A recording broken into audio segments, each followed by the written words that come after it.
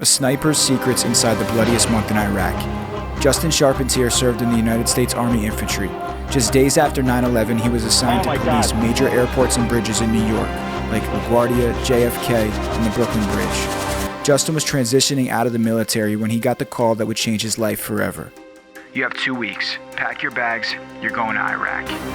Justin would go on to join a sniper squad and encounter hostile enemy forces during his year-long tour in Iraq, during which he experienced the War on Terror's bloodiest month.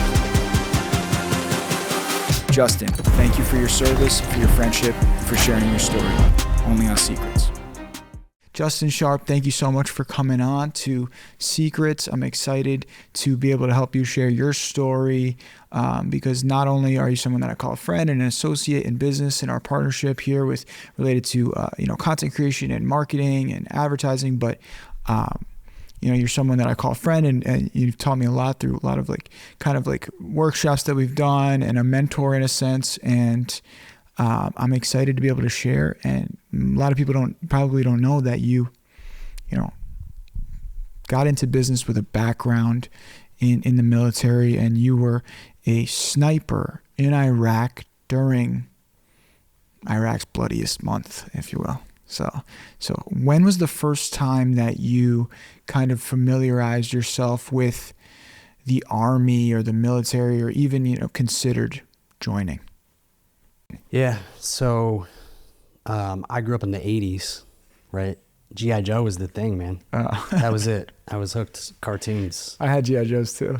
Yeah. I had the G.I. Joe. I had the hand-me-down, original G.I. Joe. And then I had all the little figures, and it was G.I. Joe was the thing. And I think, being the way that I see the world now, I think obviously that was by design, right? They want to get kids excited about the military and build the force, and it worked on me for sure. So were you recruited in a traditional way, or how did it happen, and how old were you? Well, in school, in high school, I decided I wanted to go to college. I didn't want to go into the military. So it's kind of against that, not because I disliked it or anything, but I just really wanted to go to college. I wanted to play sports in college. And I went to college, played sports, and also picked up an elbow problem, like drinking a lot. So I flunked out of school 3 semesters. And then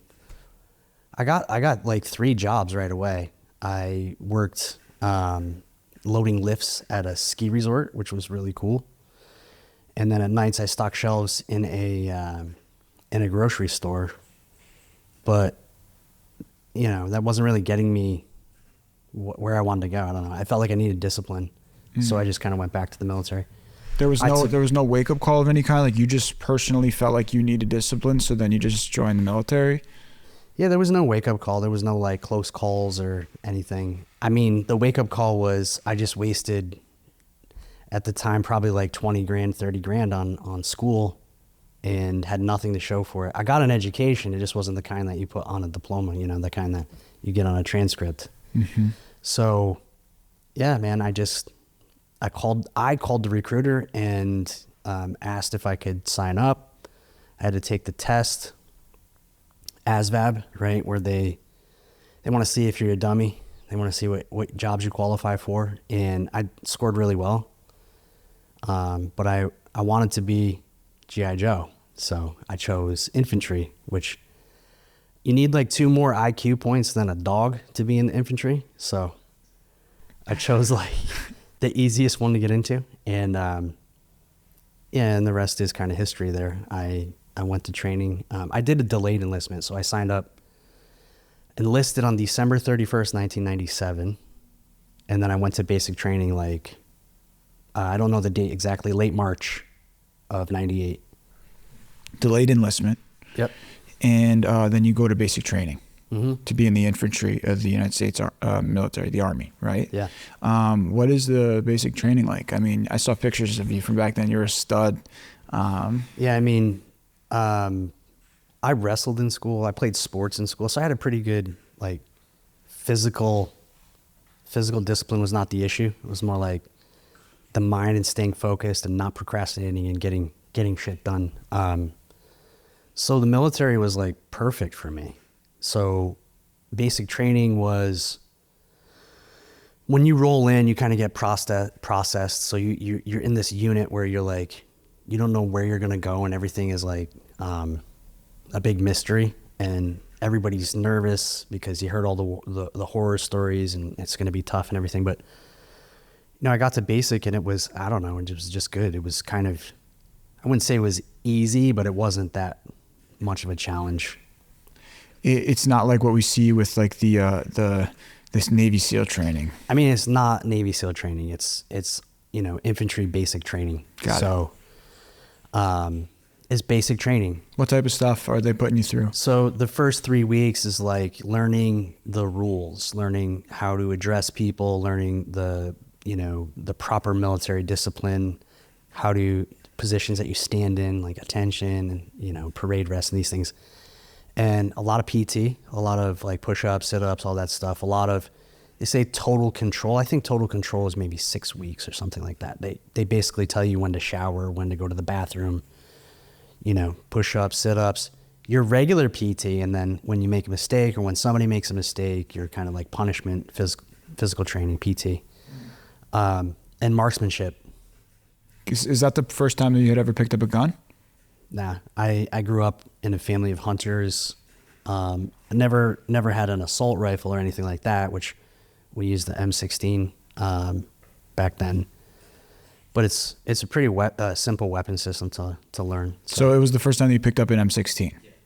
Got it. And you were, I'm just going to assume that you were naturally talented because of your family background of hunting. I mean, what they will tell you is that people that came from a family like mine, people that have experience usually also bring with them bad habits. But I never really, maybe I'm a natural, I don't know. I never really had like formal training on how to shoot a gun. It was like, look through the sight, put it on the target, pull the trigger. And there were some fundamentals that I didn't know or I wasn't aware of, but I think just, it's not rocket science, You got to have 2 IQ points higher than a dog, like I said, so. Okay, so did you realize that you were outstanding, if you will, in this early on gun training? No. Okay. No, and kind of the misconception too is like getting to, obviously we're referring to being a sniper. Shooting is actually a portion of the job, but the rest of the job is equally or more important, which is, number one, your security is stealth. So you have to be able to be stealth. You got to have what they call fieldcraft, how to get from A to B without being detected. And then really understanding observation and reporting. Like those are the most important parts of being a sniper, kind of in that role. Obviously then you have a mission. And then if you do have a target, you have to take the shot, right? But understood. So, any kind of events worth noting in basic training, or is it just kind of standard for you? No, so I went to basic at Fort Benning, and I don't know what they're called. I think at the time they called them like starships because they were new buildings, and the way they were built, the way the barracks were built, there was a dining facility in the middle, and then there's bunk. They're not really, but they're like two stories, and it's like an open bay with bunks in them. Like dorms, kind of? Not like a dorm. It's kind of like, it's a floor with 50 sets of bunks and lockers.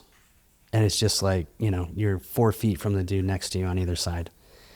So it's an adjustment, I'm sure, getting used to. Yeah, but again, man, like sports, I wrestled, dude. There was times when I had to weigh in front of 100 people with no clothes on, just to make weight. So that kind of thing was all right. But I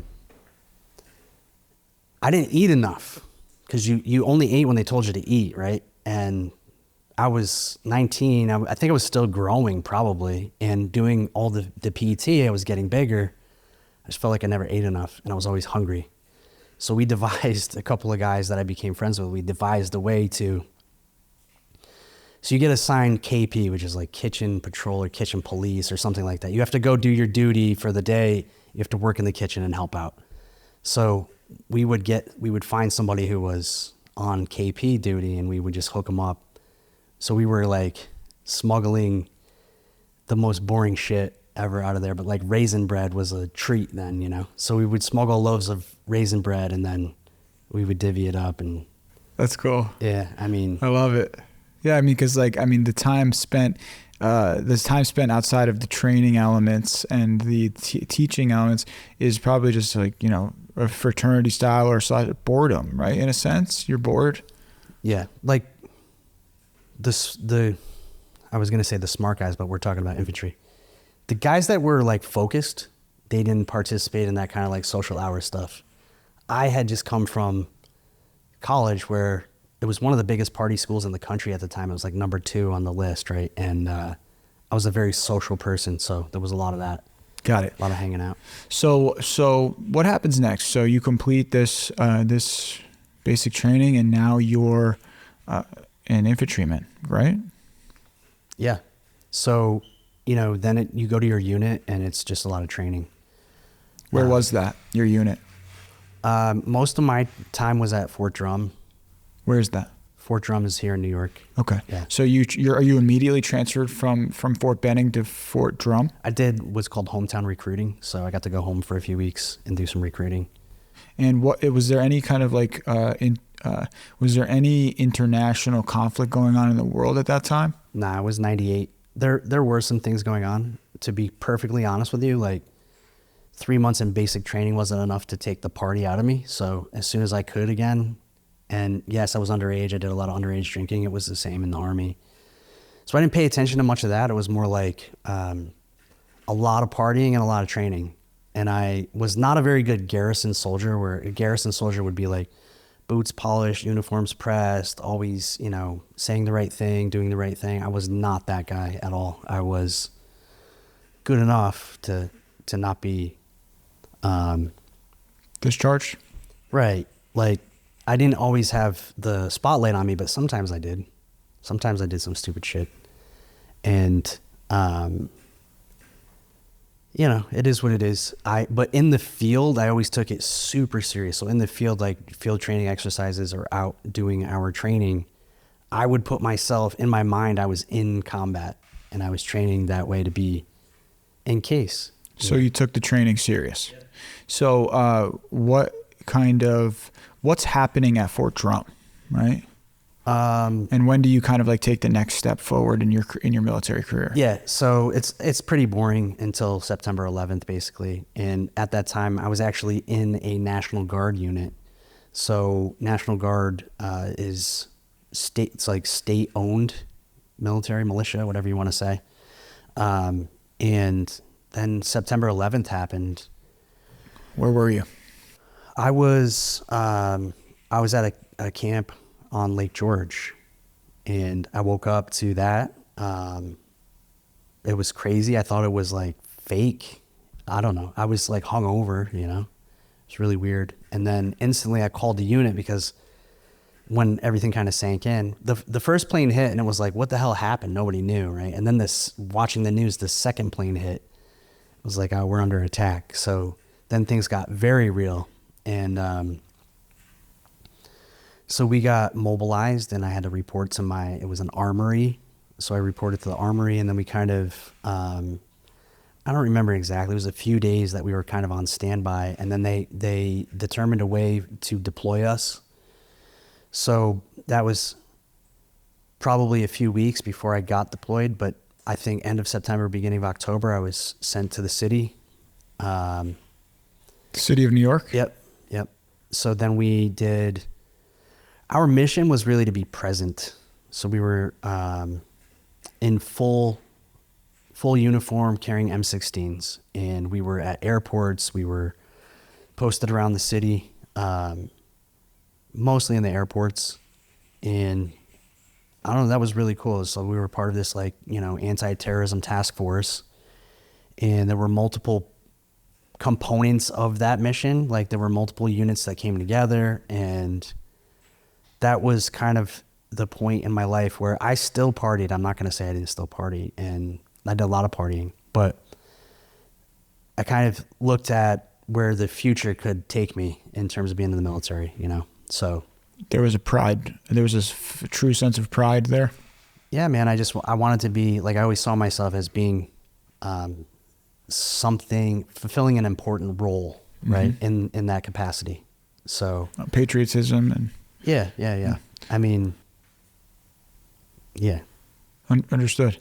So did anything happen while you were military police protecting the airports in New York City post 9/11, or was it all kind of just? No, there was definitely a lot of stuff. I mean, we found people, there were people leaving the country smuggling cash. They were taking big jars of honey, unrefined honey, which is crazy. You could take this unrefined honey, like the comb and like the thick honey that's not melted down into the honey in the bottles that you see, right? I don't know what you call it. Maybe it's raw honey. I don't know what it is called, but they would take these big, like, I don't know, big pickle jars or big mayonnaise jars or whatever, and they'd fill it with honey, and they were taking these things out.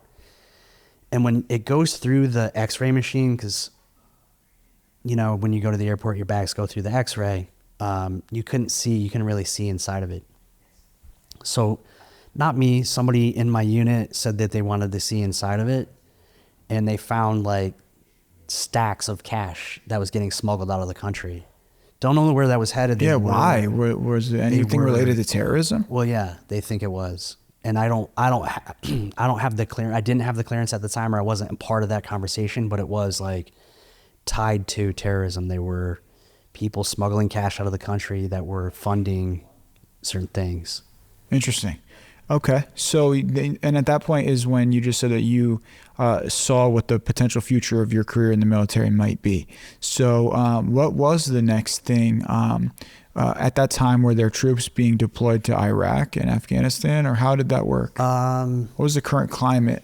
Did you want to go? So right away, it was like, I think we went to Afghanistan first. So there were things happening, and I don't remember the timeline, again, because I did a lot of not paying attention to that kind of thing. And I think that was probably a coping thing too, but there came a point when, and the mission changed a couple of times. Like I went from JFK, I spent a lot of time at JFK, and then I went to LaGuardia to do the same thing. And then a new mission rolled out, and I got moved to Fort Hamilton, which is in Brooklyn. And so prior to that, I would say we were always street clothes. We never wore our uniforms to and from the airport. So like we were sort of, I don't know, undercover. We weren't really undercover, but we weren't supposed to talk about what we were doing outside of that setting, right? So the new mission was like being seen in and about the city. I worked with NYPD, and we patrolled Brooklyn Bridge, City Hall area. So that was really cool too. Interesting. And I hate to interrupt you, but I'm realizing now that you're kind of on the forefront of witnessing New York in particular and the entire United States become more of a security state than it once was, especially in this heightened time, like immediately post 9/11. I mean, before that, people could just go on airplanes freely and travel, and there was less restriction. Is that correct? And now you were directly implemented as military police in LaGuardia, JFK, and on the Brooklyn Bridge. Yeah, I want to just clarify that I wasn't military police, but we were in our job was to be a visual deterrent. So when anybody who may think they were trying to leave the country or trying to do something stupid in an airport, when they saw us carrying loaded M16s, which you have to assume they're loaded, they would be deterred from maybe taking those steps. Understood. Yeah. I'd been to Europe before that, and I flew into Charles de Gaulle Airport in Paris, and there were soldiers walking around with whatever assault weapon they had, which was much shorter for urban, but that was like the norm there. So it was just really, you're right, things were changing in the U.S. Wow, fascinating.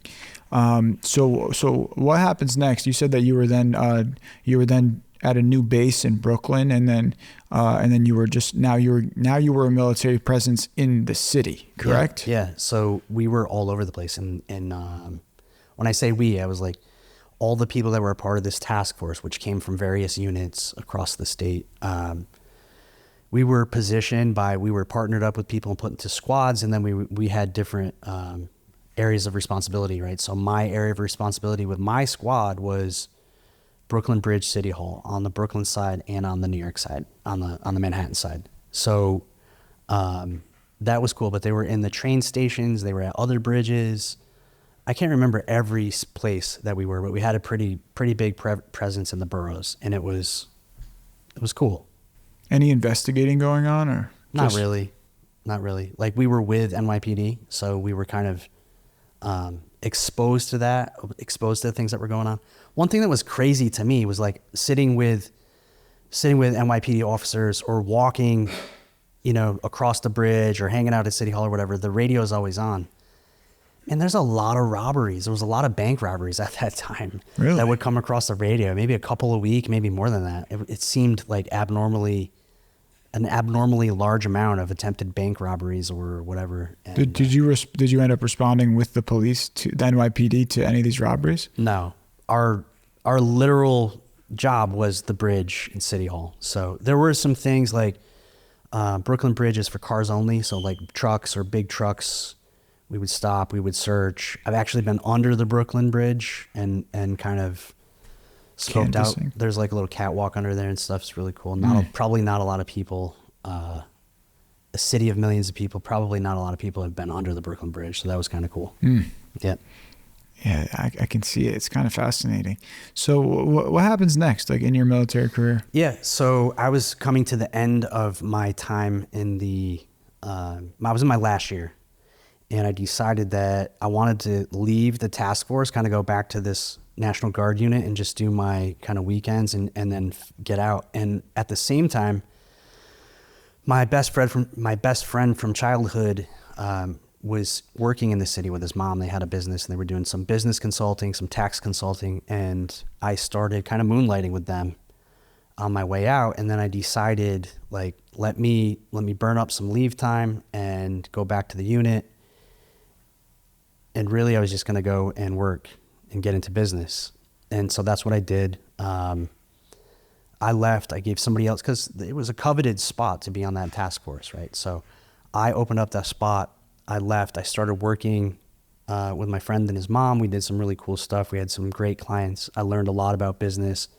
I learned a lot about a lot of different aspects of business management, a lot of hotels. We had a lot of hotels as clients. We had a lot of high net worth clients. And I guess it was September of 2003, I got a call from the platoon sergeant or the readiness NCO, somebody I got a call from, and said, hey, I have to read this to you.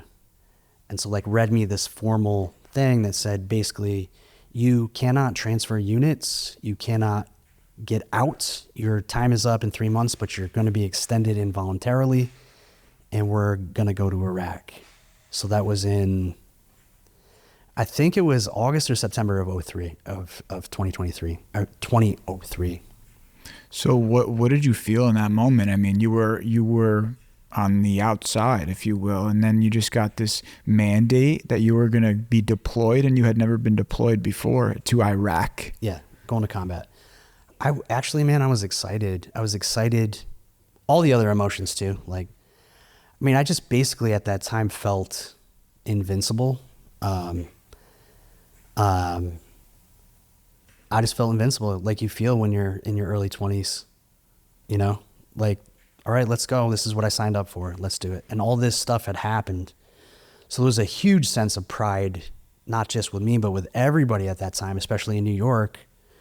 So I was like, yep, here we go, and the first thing I did, we had, I don't know, X number of days to report. And one of my good buddies, a little bit older than me, had contacts, right? And so he decided he wanted to get LASIK. Back then, early 2000s, LASIK was super expensive here. So we went to Montreal. We went to Montreal a few days before we were supposed to report back to Fort Drum, and he did that, little partying. But that was cool. But a lot of people probably would have thought, all right, these guys are dodging or whatever, right? Going to Canada. But we were just going up there for LASIK. He got LASIK, and then we headed back. It was cool. So when do you when do you report to your home base that you're going to eventually fly out to Iraq from? It was the end of September. So whenever I got the call, it was a couple of weeks. We had a couple of weeks to get our stuff in order. And then it was like maybe September 27th, something like that. I still have the orders. It's not a date I memorized. Yeah. So what happens? Where do you go? You stand up. You have to go through like the medical evaluations, right? You have to do the medical evaluations, and then we reported to Fort Drum, and then it was just training.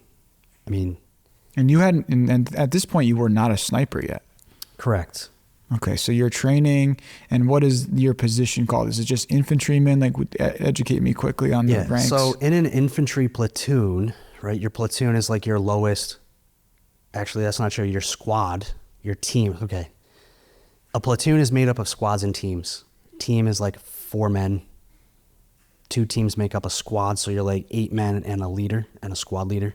And there's usually 3 line squads, like foot squads, and then a weapon squad. So like 4 squads make up a platoon. You have a platoon sergeant, and then you have a lieutenant who's your platoon leader. And then you fall into a company, which is 4 platoons, and then the company falls into a battalion, which is 4 companies in a battalion. So it's like, it's the structure and everything. And you are just a squad member at that point, right? Yep. I think I started off as in a weapon squad, and then I was moved to a rifleman position. It was what it was, just a rifleman, or maybe a grenadier. I had like a 203 millimeter grenade launcher on my M16. So it was just part of a squad. Okay. And your training, is this training different from that basic training that you just detailed? Oh yeah. It's all about our doctrine, the military doctrine on how to move through combat. It was combat training, right? So we did, everything we did was train up, get evaluated, train up, get evaluated at every level. So you had to be evaluated at the team level to make sure that you were competent to move on to squad levels. So team, squad, platoon, company, battalion, we got evaluated that way. And basically it was getting a stamp of approval that you were combat ready. So it was a lot of that, man. It was a lot of regular woodland fighting. It was a lot of Fort Drum is in upstate New York. We were there too in the cold months. So like some of our training, we were in 3 or 4 feet of snow, training to go to the desert, which was pretty crazy, but it was still, extreme weather conditions. And then we did go to Fort Polk, which was the Joint Readiness Training Center. That was where the big evaluations were done. And in this combat training, what does like combat simulation look like? Are you firing real guns? Are there rubber bullets? Is it paintball? Like, what's happening? Back then we had what was called Miles gear, and it's an acronym. I don't remember what it stands for, but it was basically laser tag. You put a adapter on the end of the rifle that traps off the barrel, and you use blanks. So the gas from the blanks gets trapped, and it operates the weapon the way that it's supposed to without actually firing a projectile. And you shoot at bad guys, So there were other soldiers, and their job was to be bad guys. Like, that's an assignment that you get when you're in the military. It's cops and robbers in the highest level. Wow. Interesting. Is there any danger related to firing blanks? I mean, does it give you the sensation that you are in real combat with the noise level, the feeling, the adrenaline, the fear? Is there a level of... Well, the fear is not the same. I can say that with certainty. But not knowing what combat is like, to me, I took it so serious, man. It was like every time we were doing something, and like I took it so serious on my heart. Every time we're doing something, it was like we're there. And I still partied. I still drank all the time. And train really hard, party really hard. So what does partying really hard look like? I've heard stories where there's drug use on military bases. Obviously, like the caricature of partying in the military is depicted in film. What does partying hard look like on the base? There was people probably using like cocaine and things like that. Not anything crazy, but for me, partying was drinking. Partying was when the day was over. If we weren't in the field, when the day was over, we would go and get food, hit the gym, go to the bar. That was every single day. That was, unless we were training. If we were in the field, then it was like taking it serious, Understood. So, how long does training last for? And then what happens next? When does the deployment start? Yeah. So the thing about the military, and especially in the Army, because that's what I have the experience of, is this thing called hurry up and wait. So it's like, hurry up and get all this shit done, and then you get it done, and you're like, what are we doing? And they wouldn't tell you. They didn't want, I guess they just didn't want dumb infantrymen knowing everything, right? Which makes sense. Operational security and things like that. So we got told several times, we're leaving this date, and then the date came and we didn't leave, and tell your families, here, you're going to get a pass to go back home for a couple of days, and get your affairs in order, and tell them that's the last time you're going to see them before you go to combat, and it may be the last time you see them ever. And we went through that a few times. And during the training, is there any kind of is there any education related to like the location that you're about to go, the missions and objectives, and the language and the cultural elements of what you're about to walk into? Yeah, so we did get some of that cultural training, and they had actual Iraqi refugees that were at Fort Drum. They were at Fort Polk when we were there. So we got to interact with actual Iraqi civilians that were playing the roles of Iraqi civilians. I got my hands on I don't remember if everybody was issued these or what, but I got my hands, what I actually did is on one of those leaves that we got, one of those passes that we got, I went and I bought a bunch of software to learn Arabic, and I started trying to teach myself Arabic. Taking it serious, man, like I want to be able to communicate if I need to. Mm-hmm. And it wasn't necessarily the right Arabic, because there's a lot of different dialects, but it was a general Arabic. And somebody found out that I was doing that, and I got my hands on a book from the Defense Language Institute with like key phrases and things to learn in the military context. Wow. Taught myself basically like conversational Arabic. What were some of the phrases that you were learning from that handbook on conversational Arabic? Are the insurgents here? Were there any insurgents? Like, show me your ID. How do you say? Get on your stomach. So language is like a use it or lose it thing, right? So I would say, I would remember a few things. Like, it meded ala butnik is get on your stomach. Get down and get on your stomach. And like, you're yelling, you don't even know if they're understanding you, but I picked up a decent accent. So a lot of times when I was interacting in training, people would say, I couldn't tell that you didn't know Arabic. I couldn't tell that you weren't Arabic, because wearing a mask, sunglasses, ballistic sunglasses, helmet, everything, I had a pretty good like accent. So I was able to fake that pretty well.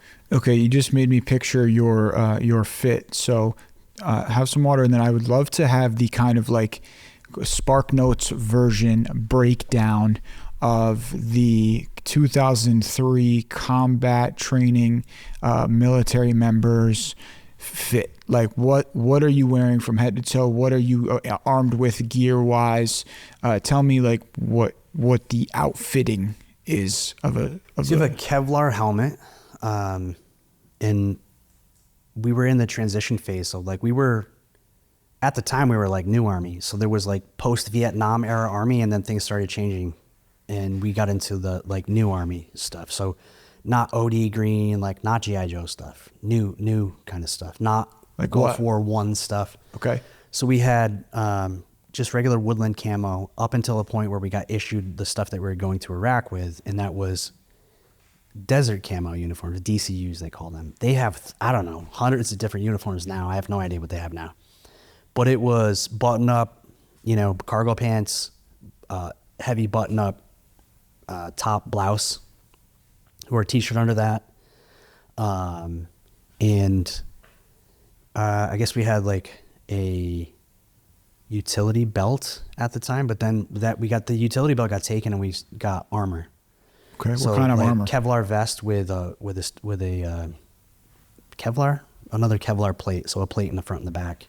And what kind of ammunition, weapons? Yeah, so we had M16, we had M4s. We went from M16 to M4, which is a shortened version of the M16.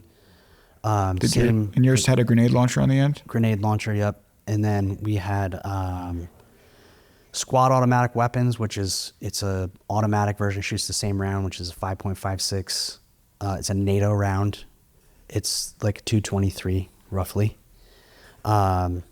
It's a little bigger than a 22, but it's got a bigger case and not to get too in the weeds here, but 22, that your little plinker that you shoot when you're a kid, it's a rim fire. So the hammer hits, or the firing pin hits anywhere on the back of the bullet, and it fires. These have a firing pin, so it's a little bit more sophisticated ballistics, but standard. And then we had 240 M240 machine guns. So that was a 7.62. It's a bigger bullet.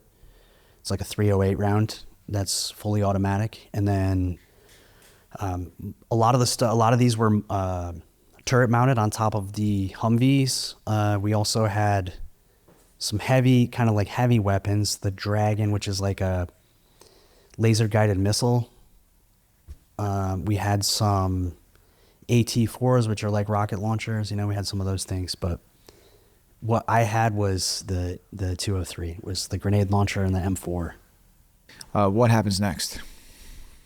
Yeah, we just trained up, man. We did a lot of training, coming to grips with the fact that we were going, every day that we got closer to leaving, every date that we were told we were leaving, then that we didn't leave, everything got a little bit more real. I think, if I remember correctly, at some point, so I didn't actually ship out until like February of 2004 to go over. And I think right before that, Saddam Hussein was captured. So that was a big deal. That was like then some hope, where you asked me before how I felt when I got that call saying that I was going to be going to Iraq, and I was kind of excited. The closer we got to actually going to Iraq, the less excited I was about it. Because being in the training, being on the base, there was a lot of very real info coming back about people, injured, dying, all the things that happen in combat. It became very real. So I remember doing one training evaluation where we were entering and clearing rooms, and in my team, I was the first one in. I was always the first one in. And so we went in this building. We did everything textbook. We were very good. We were like one of the, if not the best. And I'm sure lots of people say this, but we were told this by many people, even evaluators. We were probably our best squad at least in our company. And it's like violence of action and execution was very good with us. And we did it by textbook, but we also adapted very well. So anyway, I go in kick this door open, go in, blah, blah, blah. We do our thing. And the laser the beep was going off. It's like laser tag when you're hit. Beep, it's beeping. And at that moment, I was like, shit, this could be real. This could be me. I could be shot right now. I could be dead right now in a couple of months' time when I'm in Iraq. So it got really heavy. And then we left. We left eventually. We flew on a chartered plane. It wasn't a private plane. It was like Air Jamaica or something. Really? That the Army had chartered. They put us all on. It was a regular plane. How many of you on the plane at once? I don't know for sure. It was a big plane. It was like the 2-story plane. There was an upstairs in first class. And I think there was 3 planes to get our whole battalion over, if I remember correctly. So our battalion was probably like 2,500 guys or something. Wow. Yeah. Only 3 planes I don't know to if get. that's accurate or not. That Man. sounds crazy. I just know I was on a plane. Okay. All right. Got it. So you land. It's your first time in the Middle East. We flew to Sigonella. We flew to a Navy base in Sicily, which was really cool. I'd never been to Sicily. So stopped to refuel and whatever, and we didn't have Liberty or anything, but we got off and went on the base there. I remember there was a Burger King back when I could eat whatever I wanted. Had a little Burger King. That was my last Burger King for a while. And then we flew and we landed in Kuwait. And then it got real, it was like a freaking movie, man. Like the air smelled different. It felt different. It was like lots of hurry up and wait, like I talked about. Just like we didn't know what the hell we were doing and where we were going. And there was, Arabic people around us. And I didn't know what to expect. I didn't know if we were like around good guys or bad guys, or we didn't know they were good or what, And so that was a very interesting time and an adjustment. We went to this base called Camp Udari. I think it's called something else now. It's a very big staging base for units entering Iraq. It was not that far from the Iraqi border. Lots of people had been there. There's pictures all over the internet of people there because it was a big like concrete barrier, and there was a big heart that somebody painted on it and said like, "I love you from Camp Udari" or something like that. So lots of people would take pictures of that and send it to their loved ones. Mind you, it's 2004. The iPhone wasn't invented yet. There were no smartphones. I still had a flip phone, I think. I don't even remember. You know what I mean? So, and you don't have service there, right? We did not have phones. We weren't even allowed to bring them. So nobody had a cell phone in Kuwait or Iraq. We didn't have that communication that everybody's used to now, that I'm used to now 20 years later. We didn't have that. It was totally different. Okay, so you're there. You're sleeping in a barracks, I presume. And it was like a Connex box, man. It was like it was a tent. It was a tent there. It was like my first stop in Iraq was a Connex box, but. Okay, so when do you, is this information, the information that you receive, does it change? Does it shift? Do you go out on missions right away? Like, tell me about what the atmosphere is like. It was like you had to do these certain things, and really it was just staging. It was like, go to this base, and I don't know, like we had little meetings as squads. We had meetings as platoon, we had battalion meetings, but there was no like real direction. You have to be here for breakfast, you have to be here for lunch, you have to be here for dinner. There was like some shops there that you could go to.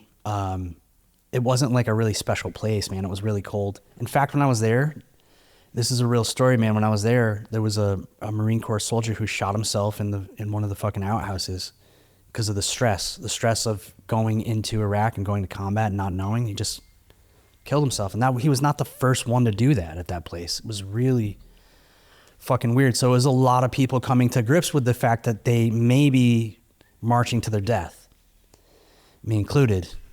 And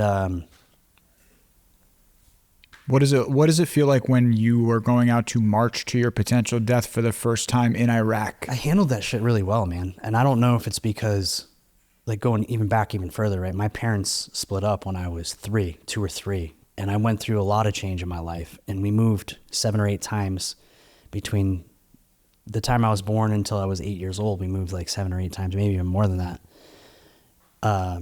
I've been very flexible. Like, I could feel something inside and just not portray it on the outside, and then by doing that, it just kind of melts away on the inside. I don't know if that's healthy, but that's kind of how it was. All right.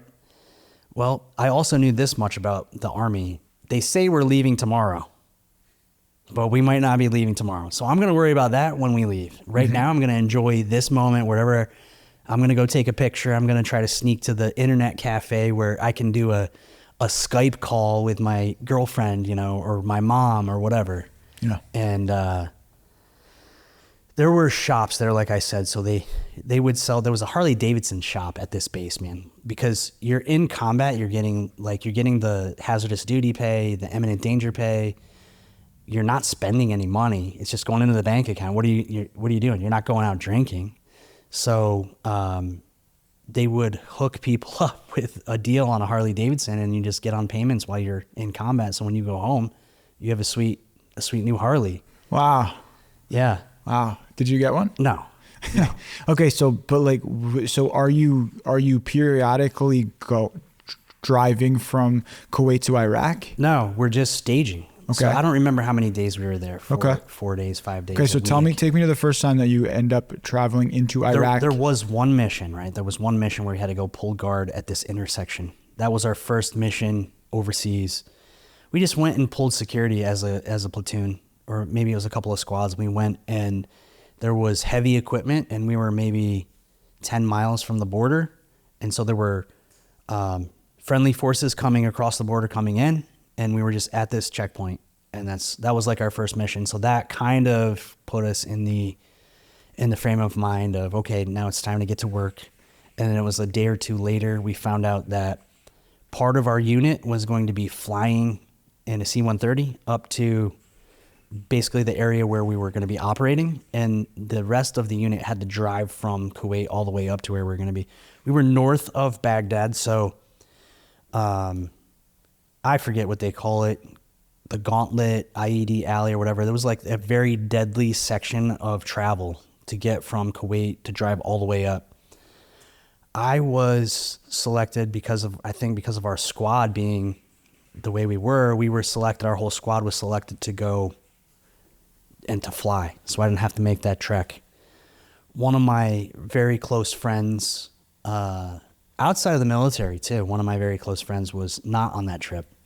He was supposed to be driving up, and I felt a lot of concern for him. I was like, man, somebody could get killed. Like it's real here.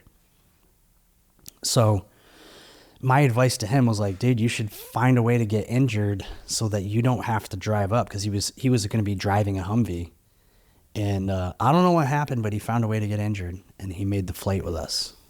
Is there a lot of that type of kind of manipulation / corruption going on? I would expect that. But that was like me, like legit. I don't want to sound holier than thou, but I would not have done that. I would have taken my licks, but I felt like I felt like I had to tell him to do that, you know? So you get to this, you can fly from Kuwait to a certain station in Iraq. Yes. So to do your operations from there. To get to where we're going. What's the mission? Yeah. Where are we going? Yeah. So we get to this, we land in this logistical staging area, LSA. It was a giant airport. It was like a Iraqi former Air Force base. So we had taken over, and that's where we were flying to. And we flew in and landed, and then we got trucked to on this base, trucked to where we were staying for a day or two until the rest of our unit got there. And then we went to Chow, and it was like this really nice dining facility. It was like, oh, this isn't going to be too bad. Wow. All right, cool. You know, it was like a nice, an Olympic swimming pool there with like the 5 and 10 meter diving boards. And they had, like, it was nice. They had a stadium where where the Iraqi national soccer team played. And so you're starting to realize that this is a city also, right? Yeah, but check it out. After Chow, after we ate our evening meal, we go back to our, whatever you call it, our little Connex box, our little bunkhouse or whatever. And it started raining down missiles and bombs. They were fucking bombing us. And it's something that happened there like 3 or 4 times a day. So you're in this setting and you're like, oh, this isn't going to be too bad. And then all of a sudden, literally like 50 meters away, there's bombs going off. How did you remain protected from that? How do you remain? You don't remain protected from that. I mean, they have bunkers and stuff there. You could see like some panic from people. But really, my philosophy was, what am I going to do? Run? I might run into one. So I'm just going to stand here. We're just going to stay here and kind of take our chances. And that's what we did. And within a couple of days, we were at our base, which is about 5,000 meters southwest of that logistical staging area. And so part of my duty when I was in Iraq, we rotated through our missions, but a periodic mission that I had was like providing patrol and security around that logistical staging area where they were firing rockets from. Wow. Yep. Wow. So U.S. forces were firing rockets from that location. No, the insurgents were firing on the base. Yeah, I thought so. Okay, got it. So part of it is the kind of self-sufficient process of, providing security for the base itself, which is what you were doing. That was one of your objectives. And what else? What outward missions were you involved in? No, we had we would get intel, or like the higher echelons would get intel, and then we would act on it. So like we found weapons caches, we found insurgent groups, we found insurgent operations. We did that kind of stuff too, which was like what you see in the movies and shit. We did some really cool stuff. I did some shit that I dreamt about when I was a kid, which is crazy because you get into manifestation and like the things that you create, the reality that you create is like, wow, no, I literally dreamt of doing stuff like this, like kicking in doors and zip tying people and getting the bad guys, So can you take me to one? Yeah, I don't know if everybody's going to find this to be a funny story, but I'll tell you this, it was kind of a funny story. So we get a mission. It's in this city called Ad-Ghail, which is near Balad, Iraq. I don't know how many people are going to know where the hell that is, but we were an air assault team, so like we were brought in by Black Hawk, and then the outer cordon, the outer security was all by Humvee. We fly in, it's like 4 a.m, 3:30 in the morning, fly in. We had all this intel on this house, and studied it up. And the guy that we want is in this house. My squad is hitting this house first. We kick this door and hit this house. In like 3 minutes, we had everybody detained. No injuries or anything like that. Nothing crazy happened. We had everybody zip tied and everybody was sitting up, and everybody, like, I'm sure they were scared shitless. They just had a squad of U.S. Army soldiers bust into their house. And as we did that, like, lightning fast, man. Like, we cleared the whole place, 2 stories. Say there were 8 or 10 people that were detained in a matter of minutes. And then we found out we hit the wrong house. We had bad intel. Wow. It was crazy. Wow. I remember I kicked the door in, and the force of my kick slammed the door open, and then the window busted. And I felt bad that it was, you know, the wrong people. I didn't feel bad about breaking anything. We were totally humane in the sense that you can be humane in the kind of a combat zone. But I mean, treated them fair. As soon as we found out it was the wrong place, we cut them loose, and then I cleaned up the glass that I broke. But then we still had mission going, so we went to the house was like literally right next door. So the second squad that was supposed to go, they went in and they accomplished the mission. And then we were right back out on the helicopter and out. Yep. It makes me think of you know, the movies, Zero Dark 30 and that type of shit. It was like that. Yeah. I mean, really, like, I'm not pretending like I was a Navy SEAL and did any kind of like covert or any kind of special operations, but it was still like that. That's the way Hollywood kind of portrays it. Was there any ever any like sketchy moment, anything like any kind of life jeopardized moment? Lots of them, man. Lots of them. Yeah. A story that I tell. So we had done, this was like around the Easter season of 2004. I think it was March that year. This was like Holy Week. So if you're Christian or Catholic, you would know that Holy Week is Palm Sunday, Holy Thursday, Good Friday, and then Easter Sunday. It's that week. It's just, I think it coincided with some of the Muslim holidays or whatever. And there was a lot of activity. It was just really weird. It was like, you could feel a heaviness. Now, mind you, I'd only been in Iraq for like a month. And like my first day in Iraq, I was like, you know, so everybody's trying to kill me. It's just like overwhelming input. After doing that, after doing 4 or 5 missions every 5 days, you kind of got used to a little bit. You got a little bit complacent, I would say. But you have to in certain aspects. And so it felt different. It felt like heavy, you know. I remember we did one patrol and there was a gunshot nearby. There was a couple gunshots nearby, and it could have been celebratory. We had no idea, but it felt like we were getting shot at. And that was weird because it hadn't happened to us yet. We'd been bombed plenty. We'd been like the mortars and everything plenty of times. And so we did this one mission. I told you that I had made myself like fairly conversational, at least in the military context. So I don't really know what the mission was, man. We were just going on this patrol, and I was one of the guys who could speak a little bit of Arabic, so they used me a little bit. We did have interpreters, but, you know, still you have like one interpreter for, you know, 50 guys or whatever. And we're doing a march, and we're doing a patrol, so we're speaking to civilians, and the hell do you say when you don't speak Arabic, you know? So I got used a little bit, and that was kind of cool. But we did this mission where we kind of went out to the west of the area that we had been operating in. So where I was, we'll call Baghdad here. I was like north of Baghdad, and Fallujah was to the west. And I don't know if that's completely accurate because I'm not looking at a map, but there was this space here that was like all desert and canals, and there wasn't a whole lot of work that we did in there. As part of our area of operation, we hadn't done a ton of stuff there, but it was basically a major corridor for insurgents to go from Fallujah up to like Tikrit and Samara, Mosul, other places where they were operating. And so we went out that way, And obviously this intel came from the top and we weren't privy to it. But as we were out there, way out there, after a few hours of this patrol, there were some rockets fired near us. And it was probably fired towards our base. We didn't have any clue. So I was in the lead truck and we gave chase. There's no way we could have caught it.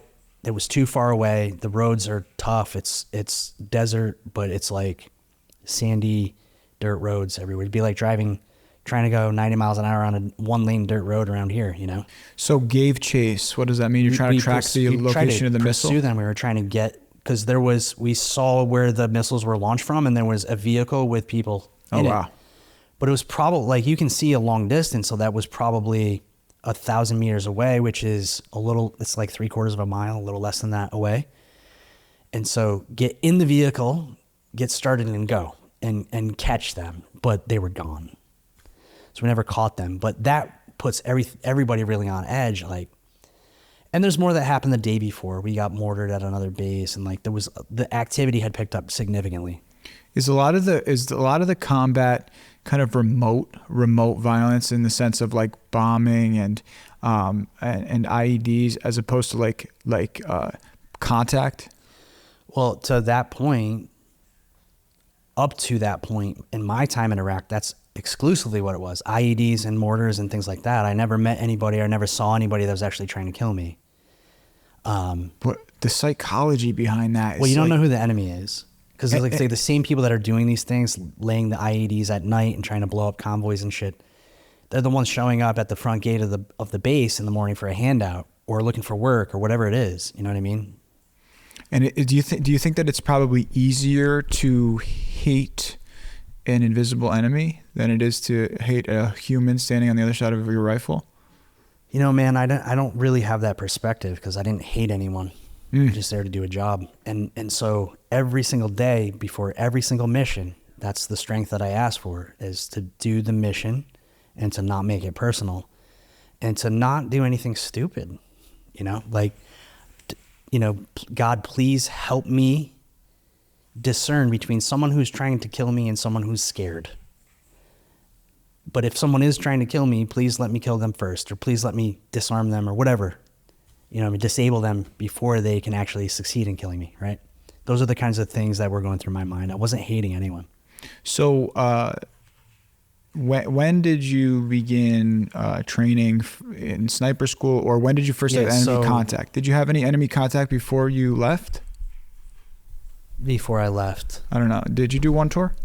I did one tour. Yeah. Okay. So it was split into two, but it was one tour. Okay. And so we'll back up a little bit. So when we went to the Joint Readiness Training Center, there was someone, my team leader somehow wound up in the sniper section and the scout snipers. And I had a good friend that I had made while on that Joint Anti-Terrorism Task Force.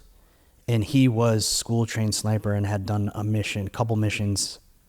He had deployed to Kosovo, if you remember Kosovo, that stuff that was going on over there in Bosnia or whatever, in that area. So he had experience as a sniper, a combat sniper, or I don't think it was considered combat. It was a support mission. But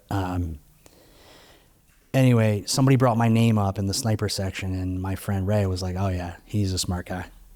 Perfect for this. So they invited me to come. And that's the interesting thing. Like, that job in the Army, you can be told to do kitchen police. You can be told to go take that hill. You can be told to lay down suppressing fire. You can be told to do all these things. But to be a sniper, you don't get told to be a sniper. You have to be competent. They have to be very selective with that. So at the Joint Readiness Training Center at Fort Polk, I started training with the Scout Sniper section. And that's kind of how it works. I did not go to U.S. Army Sniper School. But the scouts were school trained, or not even all of the scouts were school trained. And that's kind of the way it works in the military is you send someone the way it works in the Army. You would send someone who's highly capable to a specialized school, air assault school, sniper school, ranger school. And then they would come back and they would disseminate all their education to the squads, right? So they would teach. And that's how I became a sniper. I got recommended and I picked it up and practiced. And then when we initially got in country, Well, I did a mission in our train up in Fort Polk, and it was good. And then like the guy that I got paired up with on the sniper team, I was like, I don't want to work with him. He made some really shitty decisions, and I just don't want to put myself in that situation where my life is actually going to be on the line. He said that about you? I said that about him. I said, I don't want to be a sniper if I'm going to be on a team with this individual. And so they accepted that, which is like one of the only jobs in the Army where you can tell them, I don't want to do this anymore. So, so when I first got in country, like that first time period when I was leading up to, I had not been on sniper missions. We did a squad ambush mission, which was similar to a sniper mission, but it was 7 of us. It wasn't 2 of us. So it was, it wasn't until he left the team or there was another person who became available. There was another spot on another sniper team that became available. Mm-hmm. And that's when I started operating as a sniper. So yes. Like, what was the first operation as a sniper like? I'd been pretty seasoned at that point. You know what I mean? I'd been on a lot of missions. I'd been doing a lot of stuff. So it was, we had to do Overwatch. We did a lot of Overwatch on the pipeline, on the oil pipeline, and also on Highway 1 in Iraq, because they were laying IEDs. They were blowing up the pipeline and oil was burning for several days, or they were blowing up convoys and blowing up friendly forces. So that was our mission as a sniper, was to go over, or occasionally the mission was to overwatch another mission. But I was typically on the other mission. When I operated as a sniper, it was really those secondary missions where we were overwatching, IED placements and things like that. So you're on Overwatch, and you're either overwatching a pipeline, an IED highway, potential IEDs on a highway, or another mission. And what are you witnessing on the other end of that scope that you're reporting on? Yeah. Just activity, what we see, literally. Are you seeing explosions, like vehicle IED explosions? In any of those missions, I didn't really have those. What did you have? One mission we did, it was later in 2004 when there was an operation to take back Fallujah. The Marines were actually in the city fighting in Fallujah. And well, this happened just before then, but I forget the name of that operation, but it was very prominent at that time. And I don't know if this is accurate, but that year that I was in Iraq was one of the bloodiest years of the whole time we were in Iraq. And there was months there that I think held up to be the bloodiest month. Like that Easter time period was like the bloodiest time, meaning most casualties. And so anyway, we were doing recon prior to that operation because our job was outer cordon. So the way this was going to work was the Marine Corps was going to operate in the city of Fallujah, and they were just going to fuck shit up in the city, kill people, take captives, and flush out the insurgents. And then as they got flushed out of the city, it was our job to contain them and flush them back into the city. So we were doing recon on that kind of the area I was telling you. So if Fallujah's to the west or southwest of kind of where we were up in this corridor, and we were doing recon, and what we had found, not me, what somebody else had found was a huge cache of unexploded ordnance, like these old bombs from Gulf War or whatever. And what was very interesting about that whole spot was there were these big bomb craters. So it was like when the first Gulf War, when we flew over and bombed in Iraq, it was like these craters from those bombs. And there was a bunch of unexploded ordnance that they were using to create the IEDs. So they found that, and like literally it was my down day. Like I didn't have a mission. It was just like a day to kind of chill, kind of get cleaned up, get your weapons reset, and do all that stuff. And then I got pulled into the mission, and it was me. I didn't go with my teammate. It was myself attached to our company sniper team. So there was 3 of us, and we went out to overwatch this cache and see who was messing around. And so the battalion commander, who was a colonel, said to us as we were headed out to this mission, like, if you see anybody touch anything, if you see anybody extracting any of this, you're to take them out. No questions asked, just take them out. So my rules of engagement were, if anybody touches any of these unexploded ordnance, like they're done, they're gone, kill them. So you talked to me a little bit before about, or you alluded to the fact that snipers' position is maybe even more focused on the covert, the go undetected, and relay accurate information part. So when you're about to go off on this mission to overwatch the weapons cache and make sure that no insurgents touch it, where are you going? To what building? To what perch? How are you going there? Zoom all the way into your point of view in that moment when you get out of the car or you get dropped off by the helicopter in that location. Yeah, so sometimes we're dropped off by a helicopter and This time. Talk to me about this one mission. So, and sometimes we go by truck. This was by truck. You never get dropped off where your hide site is. You don't want anybody to know you're there. So we got in a small convoy from our base, and we got driven out. It was dark. I wasn't paying attention to where we were going. I was just trying to get my mind right. We got to our drop-off point, and there was a QRF, which is a quick reaction force, that was nearby. It was about a little over a mile from where the hide site was. There were already 2 scout snipers in the hide site.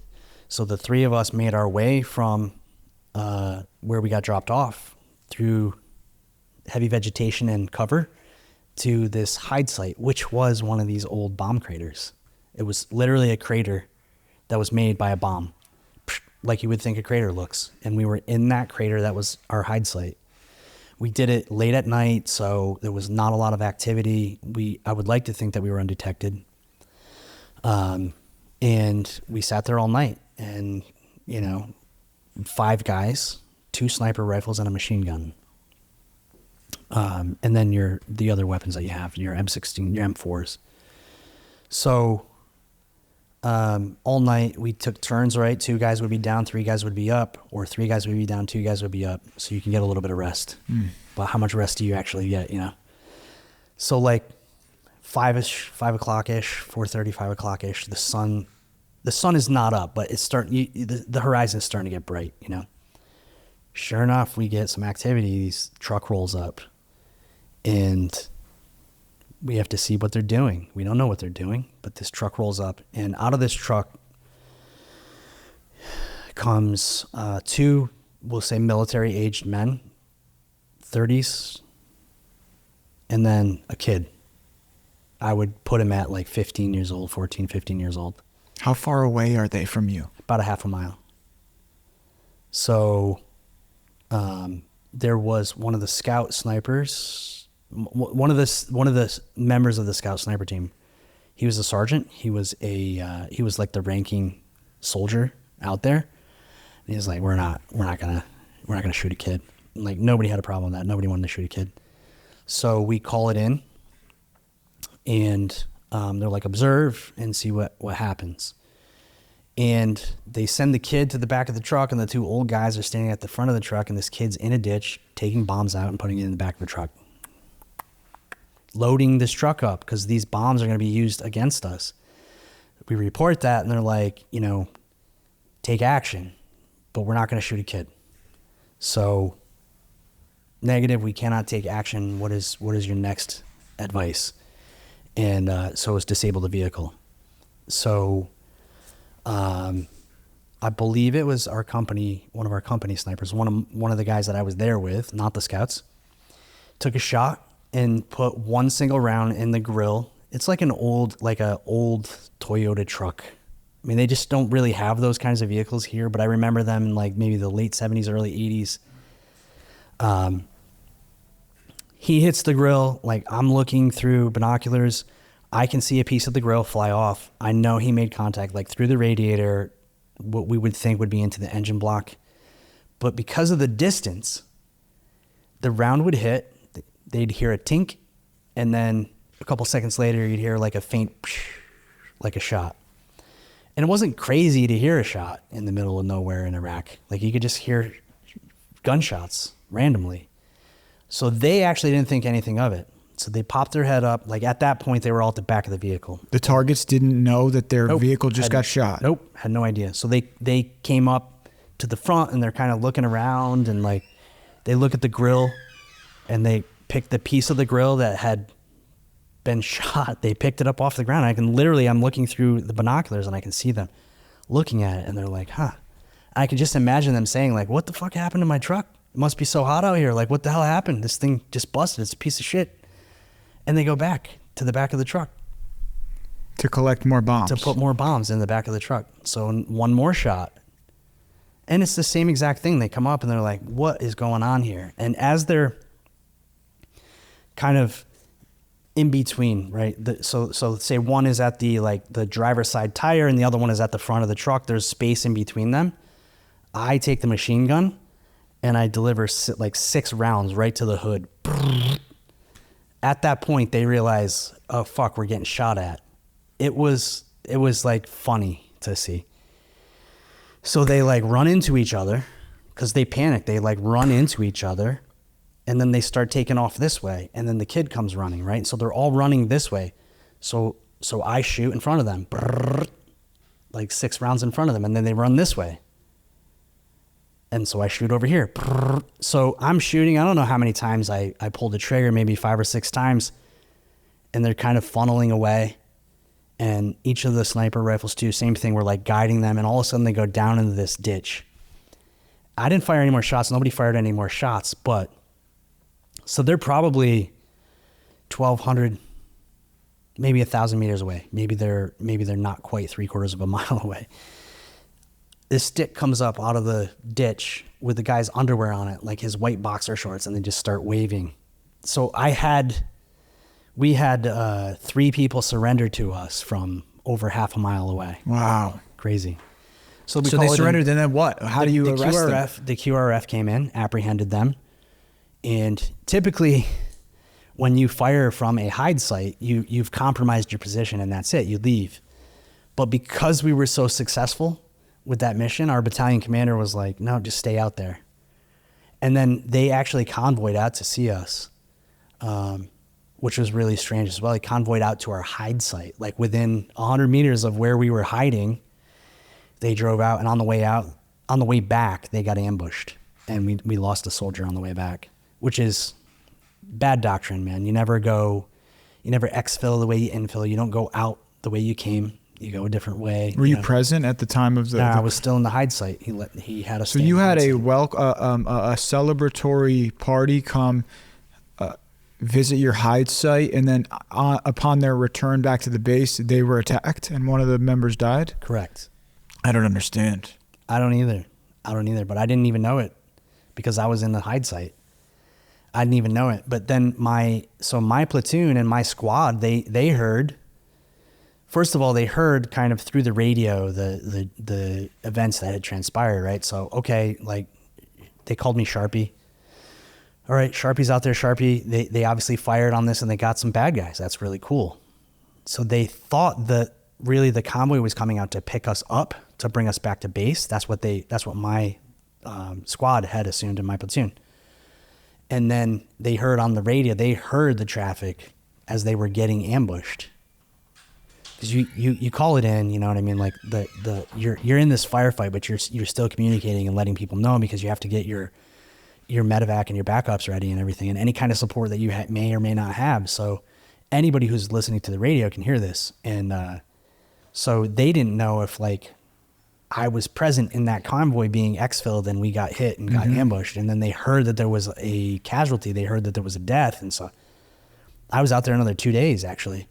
They didn't know the whole time because they don't release the name of who's been killed because they don't want me going and calling my mom saying, you know, hey, Joe Smith, you know, I don't want to say Joe Smith because there was a guy in my squad named Joe Smith, but like say Fred Williams, you know, was killed. If I tell my mom and then the word spreads through the rumor mill, like his family could find out before they're notified.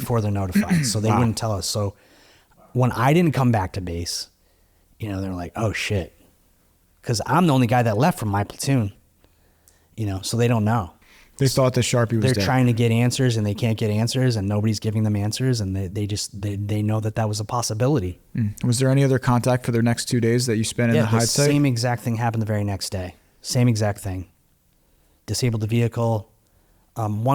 actually, I think I shot a guy accidentally. He was behind the door, and I put some rounds in the door, like tire door. And I don't know if the round hit him or what. He had some kind of an injury. It was very minor. But other than that, there was no real casualties after that. And then we got to go back. I think we spent 3 nights out there. Wow. Which is crazy because you just don't what the training that you're taught is that once you pull the trigger, once you fire from your hide site, you're compromised because people from all over the place can see that. But that's fascinating. Yeah. Wow. Okay, so there's other kind of Overwatch missions of note, or what do you think? Just kind of run-of-the-mill stuff. Most of the time I was out on the missions. I was participating in the mission, not as Overwatch. Got it. Is this around the time that Chris Kyle was deployed? I'm not really sure when he was deployed. I was there for basically all of 2004, for February, and I landed back in the United States on Christmas Eve. Any other missions when you were on the ground that you want to talk about? Yeah, so I was telling you before about this when these rockets got fired. So after that happened, after we couldn't find them, they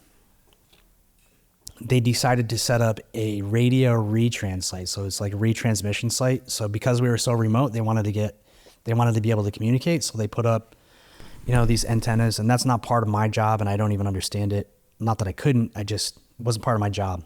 There's somebody else's job in the Army is to do that. And they were doing that. And so they took half of my platoon that was on this mission. They said, all right, I want you guys to go and do this traffic control point. So they gave us a spot on the map, and we went and we did that. And that night was crazy. It was darkness set in.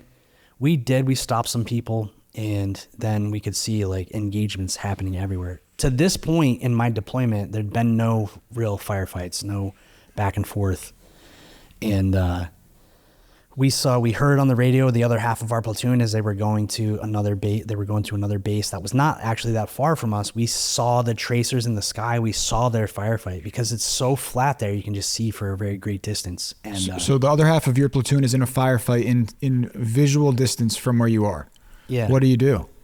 We have to hold our mission, right? But we don't know. We just know that it happened. We could hear the transmissions on the radio, and then we also heard that there was a casualty. No death. Someone got shot. One of our guys. It was actually not someone from our platoon, but it was somebody that was on that mission. He got shot. I think he got shot in the arm.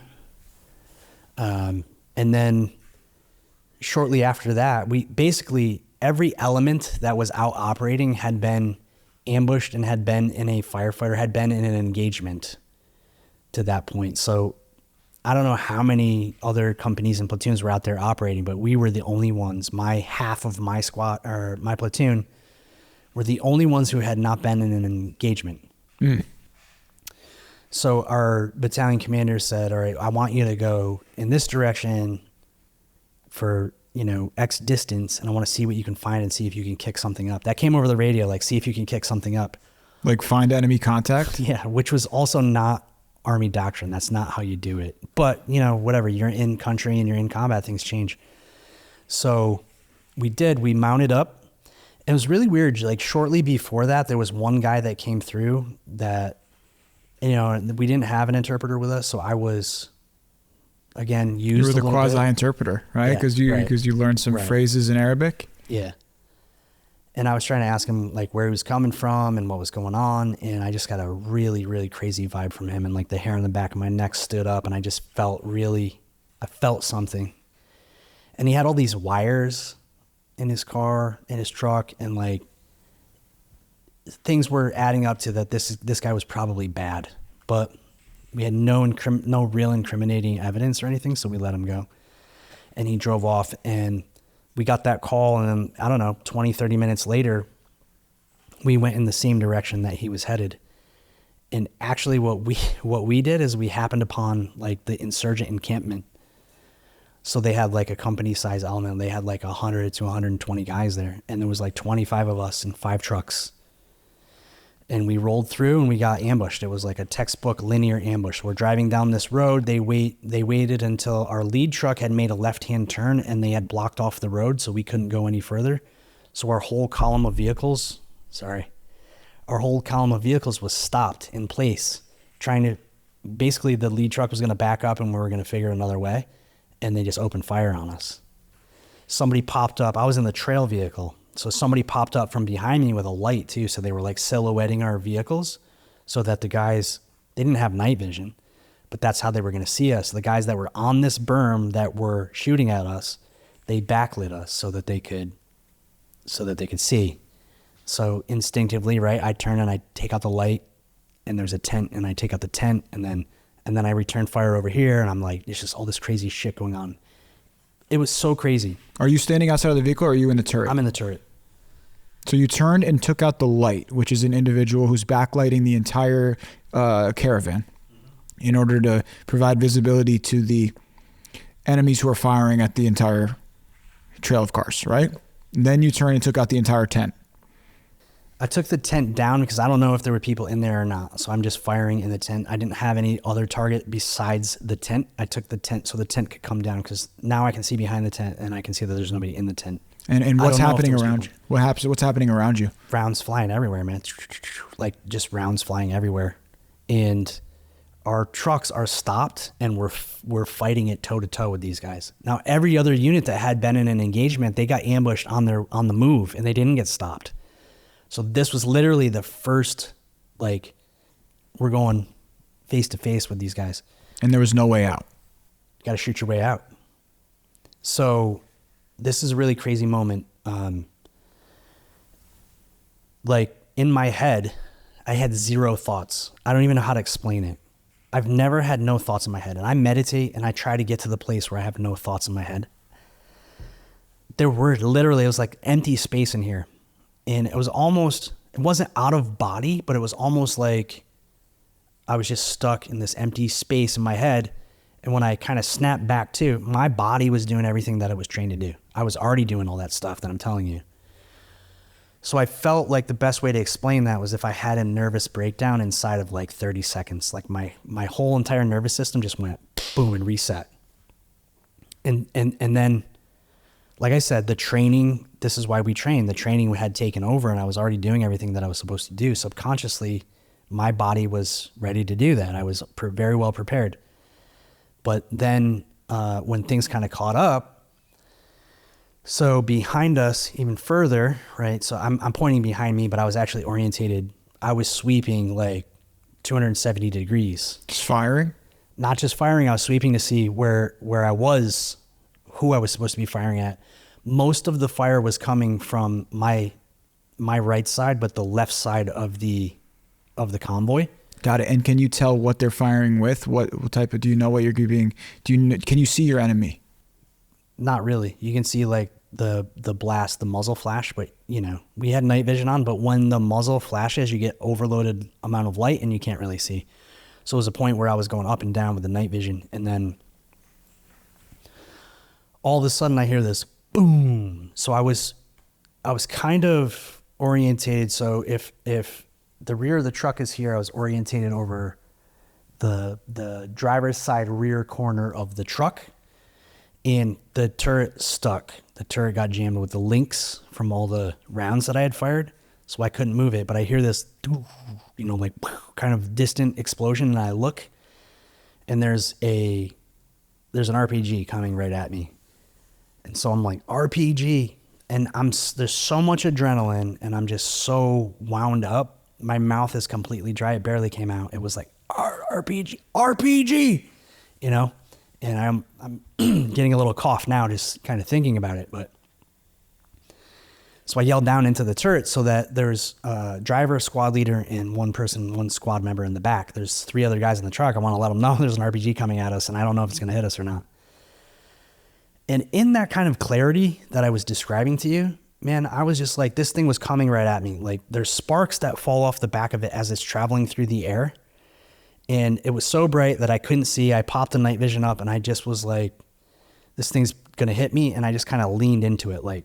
I kind of like surrendered myself to it and leaned into it. and maybe 6 feet out, it caught a pocket of air or something, and it just went right over my right shoulder, right over me. And so I freed up the gun. I couldn't move the turret. I freed up the gun and kind of turned it, laid out on the roof, and just squeezed the trigger and fired back in the direction of where it came from, and there was an explosion. So I believe they either had rounds on them that I hit, or they were reloading and I hit a round. But the story got back to people at the base. You shot an RPG out of the air? Out of the air. Wow. Wait, so you dodged an RPG? I didn't dodge it, man. That's the thing. And I don't know. You're in a turret and it's stuck. The turret is now stuck. And then the RPG is coming at you. You took your night vision off. You could see it coming at you with the sparks flying off the back of it. And you dodged the RPG, turned around and fired it and exploded it, right? No. But do you see how a story can get twisted? Because I want it to be that so bad. I didn't dodge it, man. Whatever happened, happened. So God dodged it. And it missed me. And that's what I believe. And I believe that I was living very pure at the time, and I was very, very aligned spiritually. And I believe that that's what happened. And I didn't turn in the direction that the RPG went. I turned in the direction that the RPG came from, where the guy that shot the RPG, I was trying to take him out. You disabled the RPG. The next one. Yeah, right. Yeah. Wow. Yep. It went on, that was like a 20-ish, 20 to 30 minute engagement. That's long, right? It was a battle, bro. It was a battle. And what does it look like nearing the end of that 20 minutes? I think we're done. We better move. Can we move? Can we get the fuck out of here? Because I think like our company commander was with us, and he got out of his truck and came back to check on us. I thought that was really cool.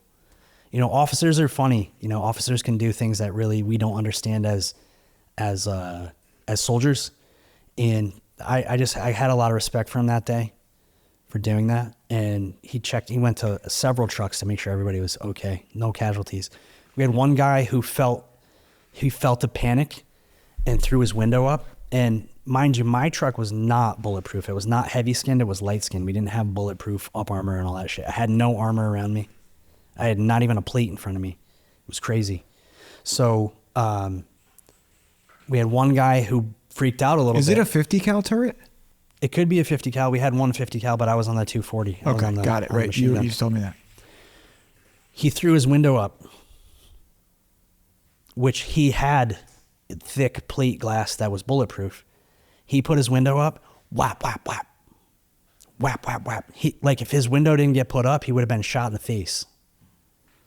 So I believe what I believe, and I believe that there were, you know, there was some energy, and there was a divine power there that was helping us, protecting us. Does that engagement have a name or a? Where was that again? In between, on the road to Fallujah? It was near Taji. It was near a place called Taji, Taji. And now, from my understanding, you were approaching an enemy encampment. Is that correct? Yeah, with hundreds of people. You drove right through it, and that's where you were stopped inside the enemy encampment. We got stopped. Like, I know anybody's watching this can't see, but like basically, where the front parking lot is here, that's where the tent was. When we stopped, it was like, what is that, like 100 yards away? Mm-hmm. That's where it was. And now, what did the rest of the enemy encampment do after this firefight was engaged? So we didn't hang out to check bodies and see casualties and shit, but what we found out through intel that we gathered from locals was something like 55 people died that day. And no U.S. soldiers died that day. Wow. I'm kind of blown away by, actually, you know what? Blown away and not shocked at the same time by the mindset that you described in yourself at that moment, because, you know, you do seem like such a solid kind of stoic, level-headed individual that I'm not surprised that you remained calm in a moment that anyone else would have adrenaline flowing. Yeah, I think calm is relative, though. You know what I mean? And I'll tell you more about that, but I can tell you right now that if I had to take a shit in that moment, it would have been about the size of a piece of spaghetti because my ass was tight, buddy. I was scared, man. I'm not going to lie. I was scared. I was very scared. I didn't have time to be scared then, but it was like after the fact. I was like, fuck. Yeah. And what is the after chat like? We went to this small base. After that, it was called Forward Operating Base Animal, which was operated by Iraqis, actually. So we went there, and there was warm food for us there, which we weren't getting every day. There was like warm food there waiting for us. Just happened to be rewarded immediately after your first. The other half of our platoon, like some of the other elements that were in engagements that night, were already there, and they had been there or whatever. And I was like, "Fuck, man!" They ate all the food. So we got through. We had to keep driving through this area that was like, if you've seen the movie Black Hawk Down, it was like one of those streets. It was just like buildings, really tiny streets, and I'm like, fuck, this is gonna happen again, you know? And I'm like, there's too many places for me to look. It was like that overwhelming input again. But we actually made it safely to our destination, which was Forward Operating Base Animal. And are you speeding when as fast as you can go in a sort of like a residential type neighborhood? Well, we're keeping proper distance from the vehicle in front of us. So really, whoever's in the front is one setting the pace. And how fast are you going? Because it's a security measure that you need. Some of those vehicles that had the armor, I mean, they're only going max speed like 65, 70 miles an hour when they get opened up. So we were going 40 miles an hour, maybe max on one of those shitty little roads. Got it. But we get back to this base. I went through about 1,000 bullets, about 1,000 rounds. And I only had a few hundred rounds left, for the machine gun remaining. So there were other people that had more ammo than me. And so I was going around truck to truck to try to kind of like, hey, can I get like maybe, 100 rounds from you or whatever? And just doing that and going around the vehicles, I could really see like a spectrum of individuals and the way they were processing it. And after I did that, I went and I was like, fuck, I'm going to try to see if there's any food left. And when I got to the food, bro, it was full. Nobody ate a fucking thing. I was like, sweet. So I'm just like mowing on hot food. I haven't had hot food in a couple of days. And then I kind of had some perspective. My lieutenant came over. He's the platoon leader, and he was like, very, very quiet guy in general, but he was a little bit more quiet than usual. He was like, did you do some good shooting out there? And I was like, I fucking think so. Did you get any of this food? I was just like fixated on the food. I'm like, and the food tasted fucking good, and it was terrible Army food. But after what I had just gone through, that was like one of the best meals of my life. It was like, overcooked, tiny little ham steaks and shitty rice. It was a great meal. I couldn't believe nobody else was eating. I was like, what the fuck? But then again, to take it into perspective, would look around, and there was some guys that were like totally catatonic. Some guys were in fucking tears. Some guys were just quiet, staring off into space. I mean, there weren't too many guys like me, like talking. I was like amped up, and it probably was adrenaline, but really weird. So we stayed there for the rest of the night. I don't know. This was probably like 1 or 2 in the morning, and we were gonna head out in daylight. So we were gonna stay there until we didn't want to risk getting ambushed again. So we needed someone. They put together a watch duty, right? Like, give me 10 people to each take 30 minutes throughout the night to stand guard on the machine gun on the roof of this little base. I was like, I got it. I stayed up the whole night. I was just wound for sound, man. Mm-hmm. I stayed up the whole night, and there was other people that were there as well, but wow, it's crazy. Wow. What do you refer to that mission as? It was just the Good Friday. It was a Good Friday. It was on Good Friday? That was Good Friday. Yeah, Holy Week, because Holy Week was weird. And yeah, it was wow. The Good Friday engagement. There was more after that, man. Like when we headed back to the base, there was a unit in front of us that got ambushed in the daylight, and we had to come through and clean that up, and we swept that area. And I mean, some crazy shit there too. That's the other time there was another RPG coming right at me. Another RPG? Another RPG coming right at me. So I was in the turret, and we had responded to this. We were going in that direction anyway, back to our base, but we had responded to this other unit who had been ambushed, and we showed up. And as we were sweeping the field where they got ambushed from, we encountered some insurgents there. I was in the truck, in the turret. Other people were sweeping the field. They encountered some insurgents, took them out. Again, there was just weird shit going on. There was like a cement factory with like a big silo, if you will. And there was guys up at the top of the silo. And then everybody's kind of facing that side of the road, which in the direction we were headed north, it was to our east, so it was on the right-hand side. So everybody's kind of orientated that way. And I heard that sound again. It was like a boom from the distance, and I turned myself all the way around, and there's an RPG coming right at me. And Highway 1 is it's kind of like the Taconic. It's like a shitty 4-lane road with a median. It's not woodsy, though. There's no wood. I mean, there is some vegetation there. Okay. There was a tree across the road from me. But let's say you're on one side of the Taconic to the other side of the Taconic. This RPG hits a branch and explodes like 40 feet away. Wow. If it didn't hit that branch, it was going to hit me in the face. Wow. Yeah. Was there ever in these kind of sweep throughs and engagements, was there ever any contact with an enemy that you could see or that you were close to? Or was it all kind of these firefights where it's like distant and... there were some moments when there was an enemy that was close, that was physically touched. Really? Yeah. Would you share? I'm not going to share those. Okay. Yeah. Wow. It's definitely an eye-opener to see what it was like for your perspective there. And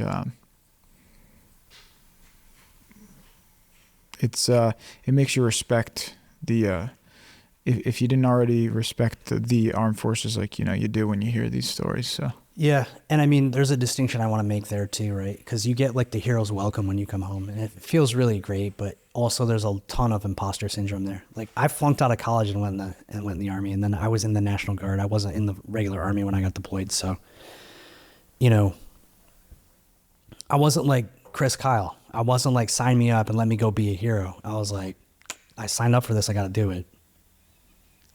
So that whole thank you for your service thing, it makes probably a lot of veterans feel weird, And I'm not saying don't say thank you to a veteran, but if you get a weird vibe from a veteran when you say that, it's like, you're welcome. Thank you for your gratitude, because that's really, it means a lot. But I did it because I at the time didn't feel like I had a different option. So when they call you out, when it's your year is up, is a year standard for time to be deployed on tour? We had no idea how long it was going to be. We had no idea. Did any major events occur in the world of like in the political climate or international? Did you hear of any news happening while you were overseas in Iraq? Yeah, there was a lot of shit. Like the Abu Ghraib stuff happened when we were there. There was the trucker that got captured by bad guys and then escaped. It was part of my unit that found him. I forget his name, Thomas something. I mean, there was some in country, there was some big news that transpired when I was there. There was the time they took U.S. insurgents and strung them. I mean, holy shit. Insurgents took U.S. soldiers and dragged them through the streets and hung them from a bridge. That all happened when I was there. And what was crazy were there were events that had transpired that unfolded that I was privy to, that I lived and then saw later on the news, and they were totally twisted. That's when I stopped buying into the news media. Like the news is full of shit. And that was in 2004. So 20 years later, where it's even worse, Yeah. Wow. Can't believe everything you see and hear. Let me just ask you a couple questions. You can say yes or no, or you don't have to. You don't have to necessarily talk about it. But did you ever have to have hand-to-hand combat with an enemy? We'll just go on to the next one. Okay. Did you ever witness a friend or a platoon mate die? Not directly. No, I didn't. I wasn't present when someone passed. Not a friendly. And did you ever have to execute a sniper shot on a person? I did not, actually. I did not take a sniper shot on a person. Got it. All right, cool. Thank you for answering that. So, when you got the call that you're going home, like, what is your feeling at the time? It's mixed. It's the same thing. It's mixed. When you're in survival mode for that long, you kind of thrive on that. And so I wanted to get home. And try to get back to normal. But it was never, the one thing I didn't know is it was never, ever going to be normal. And also, I didn't necessarily want to leave. I didn't feel like my mission was done. So it was really weird. I was excited to go, though, in the end. I was excited to go. Like, what happened is our replacements got there, and we had to kind of train them on our missions and things, and, like, to the point where I was even, like, I had this, like I told you, I got my hands on this book from the Defense Language Institute, and I had taken notes and all kinds of shit in there, and I gave that to somebody. You did? I did. Wish I didn't. Yeah. I was just going to say, I mean, what else do you keep as far as, I mean, what do you call you were that? allowed certain trophies. You couldn't bring a weapon. You couldn't bring a gun back, right? Because we found all kinds of crazy shit, man. We did a lot of these. Oh yeah, on your sweeps. raids. On the sweeps, what did you find? like Sultan swords and shit, like guns, like old World War II guns, Russian weapons, just crazy shit. We found crazy shit. I mean, really crazy shit. What else stood out to you as the main kind of cultural differentiator being in the homes of Iraqis? Some of them welcomed us and some of them hated us. And the people that welcomed us and the people that hated us, they all looked, I don't want to say like a people looked the same, but they looked like you and me. I couldn't tell. So what did a welcoming look like? Like when you would go enter their home, would they give you food? Would they sit you down? Would they make you coffee? I mean, so we did a raid on one house that we had intel on, and he was some high-ranking member of the Ba'ath Party, which was tied directly to Saddam Hussein. And we weren't the first ones to do the search, but he was like offering us, take these things. He was giving like the Sultan swords and stuff. Take these things, protect my family, take these things. And I don't really know what transpired there. I don't know what happened after we left that, but that same day on that same mission, we were checking on the pipeline after that, and there was a thing that somebody spray painted on the backside of a building. Definitely an American because it was English, and I mean, I can't say that it was an American. It was English. I'm 99% sure it was an American soldier, but it said, let me see if I can remember the quote, and I don't know who said this quote, but it was like let's see. Freedom has a taste that the free will never know. Mm.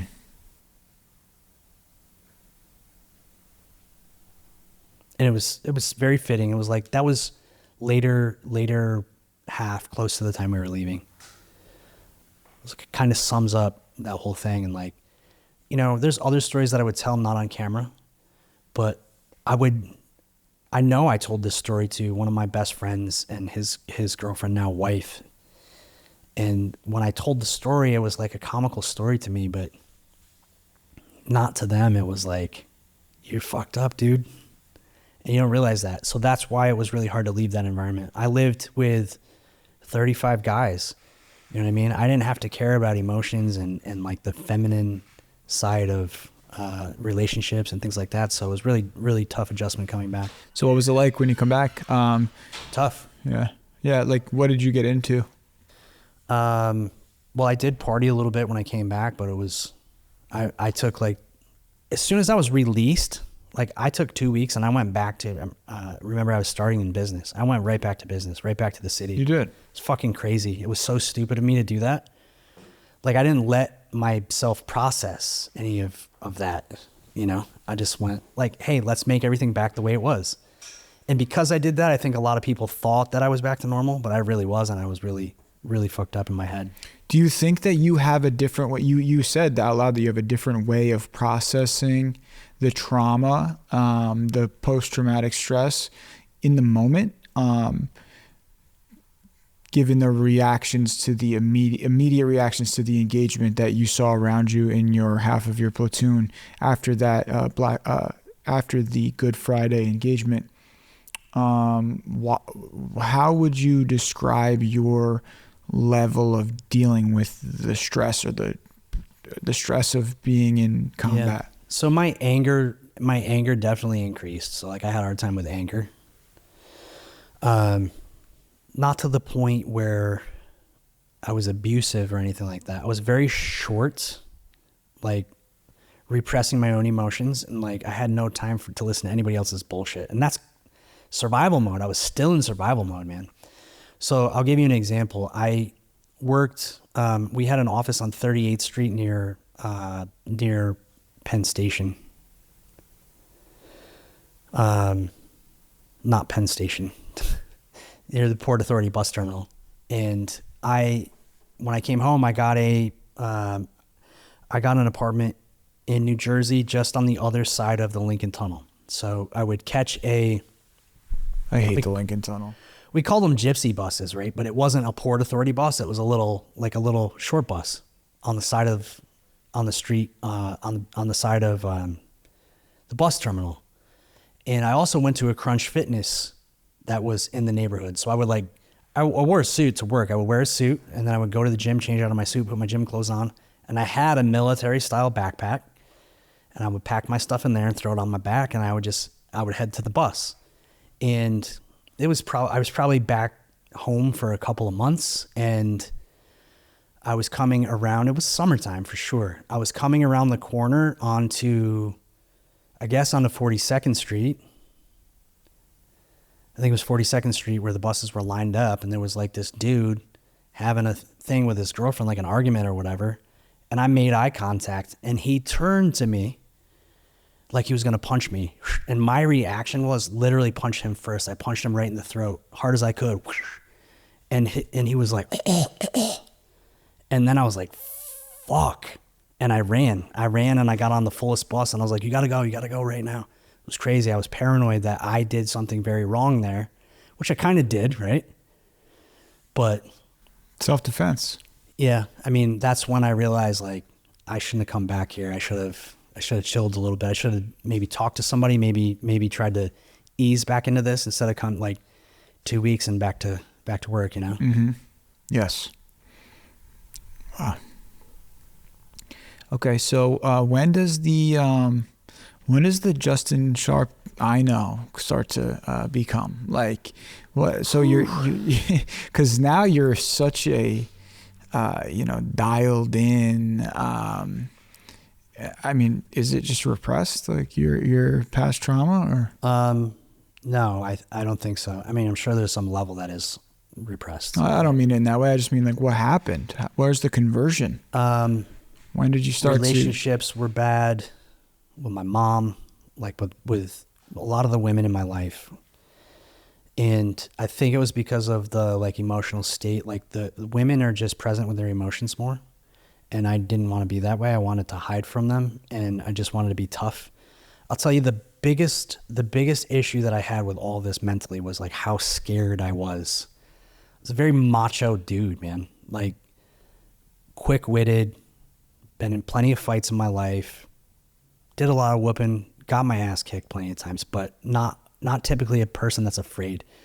But what's interesting is when I was a young kid, I was afraid of everything. So I've been running from being scared and probably repressed that quite a bit. And then through all of this, like I was scared to go on missions at times. I was like, fuck, I'm scared, you know. But I know I'm not the only one, because there was a time when we were getting ready for a huge mission just shortly after that engagement. And nobody was talking. Everybody's face was fucking pale. And everybody's just quiet, and it was weird. Like everybody, people thought we were going to be walking into the same thing. And then I broke the ice, and I was like, man, I'm fucking scared. And it was like I gave everybody else permission to just like de-stress. Everybody was like collectively, I thought I was the only one. But that was very early in my deployment. I had to deal with that fear the rest of the time. And so like, is it that the level of fear that you've experienced and the actual, the level of fear that you're experienced is just, anything in kind of regular day-to-day life of an American citizen in the United States just pales in comparison to the fear that you feel over there? Well, the realization that I actually came to is that none of it was actually fear. It was all like anxiety, because in the moment I was never scared. I was operating and I was doing what I was trained to do. I was not scared. It was in retrospect or in anticipation of. And so I think fear, there has to be a real and present danger. So like somebody shooting at me, I had permission to be scared then, but I wasn't. But it was after the fact that I was like, oh, fuck, I can't believe we just did that and survived. And now I got to go to this other thing and it might happen again. And so I began to be afraid of the possibilities of what could happen. And that's when I realized that, I think things started to get a little bit better. But then I left the city, bought a business, a bar, or we leased it. And I stopped drinking, and I got clarity by not drinking, man. So the first time you stopped drinking was when you bought a bar? Yeah, I hated dealing with drunks, and I was like, yeah, they suck. I mean, I was a drunk. I was like the college binge drinker, How old were you when you would return home? Only 25? 25, 26, something like that. Wow. And you bought a business because you had a bunch of dough saved up, right? Obviously from working. What is the pay like when you're in the Army? It's not good enough for that. Yeah, but you said that you're basically, because you're not spending money, it ends up looking like a lot of money. Well, remember I had already started in business, so I had a nice little amount of savings before I even went in, and I never spent really any money. I don't know. I came out with like maybe 70, 80 grand. And is the GI Bill there for you as far as like home ownership at the time when you get out? So the GI Bill is a college loan repayment. Oh, what about program, or it's a college payment program? What it is? So what about for a home buyer though? The VA loan, yeah. Yep. Did you utilize that? I did. I didn't utilize it initially. We bought our house. We bought our house the traditional way and then refied into a VA loan. Nice. So yeah. So talk to me, a little bit about how all of a sudden you bought a bar. You're operating a bar. Yeah. So I bought a bar, and I mean, there's a lot that transpired here. I went back to work in the city, recognized that it wasn't conducive to my mental health. I was still drinking, not partying like that, but more like business drinking. Mm-hmm. And then didn't like what I was doing anymore with my friend, and got offered a job in sales with a communications company. And so I took that job. And before I actually went to the sales training, so I was only employed there for, 2 months, I made the decision to move back upstate. And in doing that, bought the bar and got a job working for a publisher up there, and that's how I got into advertising. Yeah. Wow. Your story has a lot of layers. Many layers. Because was it not too long after that you ended up, well, tell me about your story in advertising. I mean, what does that look like?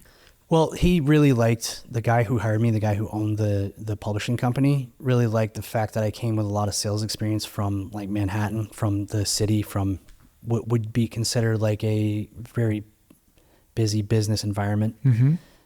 And whether that was true or not, just the idea that I was leaving the city to come back up there and I was a salesperson or had sales experience, he was like, yeah, let's get this guy. So hired me, and I went out. The first thing I did was like sell ads. And I went to, he unbeknownst to me, gave me a list of businesses to go to that he'd been trying to sell to for quite some time, years, and had never purchased ads from him. So I went to this one place, was like an appliance store, and he bought like a half a page in one of the inserts, and I came back and I'm like, he bought this, and he was like, wow, I've been trying to get that guy to buy ads for me for like 15 years. What did you do? What was really crazy, man, like there was no sales technique involved here. It was a relationship. I had gone in there a couple of times, and he was like, no. And I didn't care if he told me no. It was just something that it was like, I'm coming from the military, I'm coming from this. You tell me I got to go see this guy every day, I'm going to go see him every day. If he tells me no, that's fine. I'll go, and he'll tell me no tomorrow, and that's fine. I'll go back. If he tells me he's going to call the cops and get a restraining order on me, then that's when I'm not going to go anymore. But until then, I'm going to keep going. Mm-hmm. So maybe like third or fourth time I go there. And remember, I just moved back to the area. He had this used dryer that was in. And I came in and I talked to him and he's like, no, I appreciate it, but the answer's still no. And I was like, okay, great. Well, how much do you want for this dryer? And he's like, what do you mean? I'm like, I need a dryer. How much do you want for this dryer? And he's like, oh, well, we just got it in. It hasn't been serviced or anything. Well, I'm like, well, after you service it, how much would you sell it to me for? And he was like, I don't know, $250. Boom. On the spot, I gave him $250. And I was like, thanks a lot. He's like, it'll be ready this weekend. I'll come back with a truck. I'll pick it up. And as I was walking out the door, he goes, hold on. How much for a half a page? And it was like $600. And he's like, okay, I'll do it. Wow. So that's what you mean when you say it's the relationship part and the investment. Yeah. It wasn't the transaction. And I think we, in sales, sometimes we make it about the transaction. And there was even like John, who owned the newspaper, who owned the publisher. He was the publisher. Had a very good salesperson, a woman, I can't remember her name. She was very good, an attractive, late 30s, blonde, tan skin, very easy on the eyes, very nice to talk to, very pleasant. She was like the sales champion there, and she could never get this guy to buy from her. Yeah. She wanted to know my secret. I would never tell her my secret. You didn't tell her that you bought the dryer? No. Okay, so clearly, like, your candor is what made you successful in sales early on. So, how did that take shape and eventually lead itself into advertising, or did you end up in corrections first? Yeah, I went to corrections first. Really crazy. Why? You were in sales, so being successful. Well, I had this bar, and it was in 2008. The market took a shit. And so we didn't make the money in the bar that we thought we were going to make. And I had already gone back to like part-time with the publisher. I was only doing sales. I went from doing sales to then being advertising manager of a magazine that he had, to then going and being part-time again. Had my first son and felt like I really needed some stability, the benefits, as they say. So I took a bunch of civil service tests. What do you do with Army infantry experience? I took the state trooper exam and I took the correctional officer exam and scored very well on both of those, but there was a hiring freeze. It was just, there was a recession going on, it was like shitty time. And then I also did take advantage of the GI Bill and went back to school, working on a degree in computer networking. And through that process, the State Department of Corrections decided they were going to hire and called me. And I turned it down the first time because I was in the middle of the semester. But they called me back at the end of a semester, and I said, yeah, I'll do it. So that was in 2010. And my son was, he was born in 2007. So he was not quite, I guess he was not quite 3. Interesting. Maybe he was 3. So I did that. Yeah. I went through the Correction Academy, and I gotta be honest with you, man. I think that's where everything changed for me. I went through the Correction Academy, and it was like going through basic training again, only not like basic training. It's like Correction Officers Academy. It is not, while it tries to be paramilitary, it is not nearly as militaristic as Army basic training that I went through. So I smoked it, man. I was like top in PT. I did, I just had already been through all the training. I knew how to stand at parade rest. I knew when to stand at parade rest. I knew all this stuff. So I became a leader that people gravitated to instantly for help, how to shine their boots, how to press their clothes, how to do the proper turning technique, left face, right face, how to march, how to, all this stuff. And it felt really good. And I felt like what I didn't tell you is after I got out, right, because they eventually released me and I went back to work and everything, I missed it and I wanted to go back. And some guys from my unit actually went to Afghanistan, and I felt horrible. I felt like I should be there with them. And so what I did was I went and spoke to an Air Force recruiter to try to go and get into the Air Force. Had to jump through hoops. When I was much younger, I got a DWI, right, when I was 21. So while you were in the military? Yeah. Got a DWI. They didn't flag you for that? No, in the Army? I was already in. So I obviously got punished by the law, but served that punishment, which was a fine and suspension and whatever. And forgot where I was going with this. Your leadership in corrections as a result of applying for the Air Force. So I had wanted to get back in the military. The Air Force, because of the DWI, I had to get a waiver, and I had to get letters from a colonel, I got letters from my platoon sergeant, I got letters from my civilian employer, all singing praises and all this stuff. I got awards. I got a nice award with a nice write-up from that engagement in Iraq. I'm a kind of a decorated war veteran with all these recommendations, jumping through hoops, because I wanted to get into intelligence in the Air Force, and they wanted me to be like military police or loadmaster, and I didn't want to do that. So in the end, they said, no, we're at 125% capacity. They were downsizing the military at the time, and I couldn't get back in. So it would have been a great position for you, given your background in computer networking and the intelligence side. I think would have been great for you. Yeah, I think it would have been fun, but that was my sign that, okay, you survived one stint, one kind of tour or whatever you want to call it, one enlistment. So I just pivoted. And then when I got into that kind of almost military environment with the drill instructors and everything, I was like, oh man, I love this so much. I can't wait to go to PT. I can't wait for them to tell me to do push-ups. It was crazy. I remember, so the way that academy was built was the dorms were all on this side, and then there was a parking lot, and it was like 3 stories of dorms or 2 stories of dorms, and then there was a parking lot, and they'd say you get smoked in that parking lot, but they would just make everybody do push-ups. And I just remember banging out push-ups one day, and I was going to go and do push-ups until I passed out, where everybody else would be like, taking a break and stuff. I just kept going and kept going and kept going and kept going. And I loved it, and it helped me mentally. Yeah. And I remember seeing a kid from my hometown, and he was like, we were watching you out the window. You're a fucking animal. And I was like, yeah, that's how I want to be known, man. I want to be known as an animal. Yeah. Do they still call you Sharpie? In corrections, was your nickname Sharpie or no? Yes. Yeah. How did, I understand what the training, how your training in the military prepped you for the corrections, but what was it like transitioning to being in corrections and, basically handling a whole other enemy, if you will? Yeah, it was interesting. There was a lot of fear that resurfaced in my training time, to the point where we were ending our academy and going into the prisons to work with the clientele, the inmates. Mm-hmm.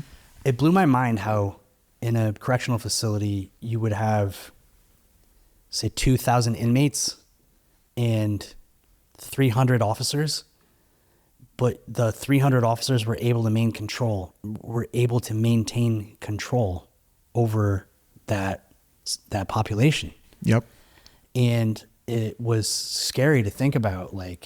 It was so weird, man. I survived. I was in war, and I came home, and then I was like, man, this is really, I love the academy. That I could do that forever. But then now I got to go work in the prison. I don't know how that's going to go. What is it like having this kind of, do you feel yourself slowly getting indoctrinated to the process, even though you're on the officer side of a prison? Is it kind of like its own world that you're swept up in? 100%. It's its own world. 100%. My stepdad was a correction officer, and I didn't understand it until I lived it. It's totally its own world. Even to the day, I got hired in 2010, and I worked all the way until 2019 in the department, and iPhones did exist.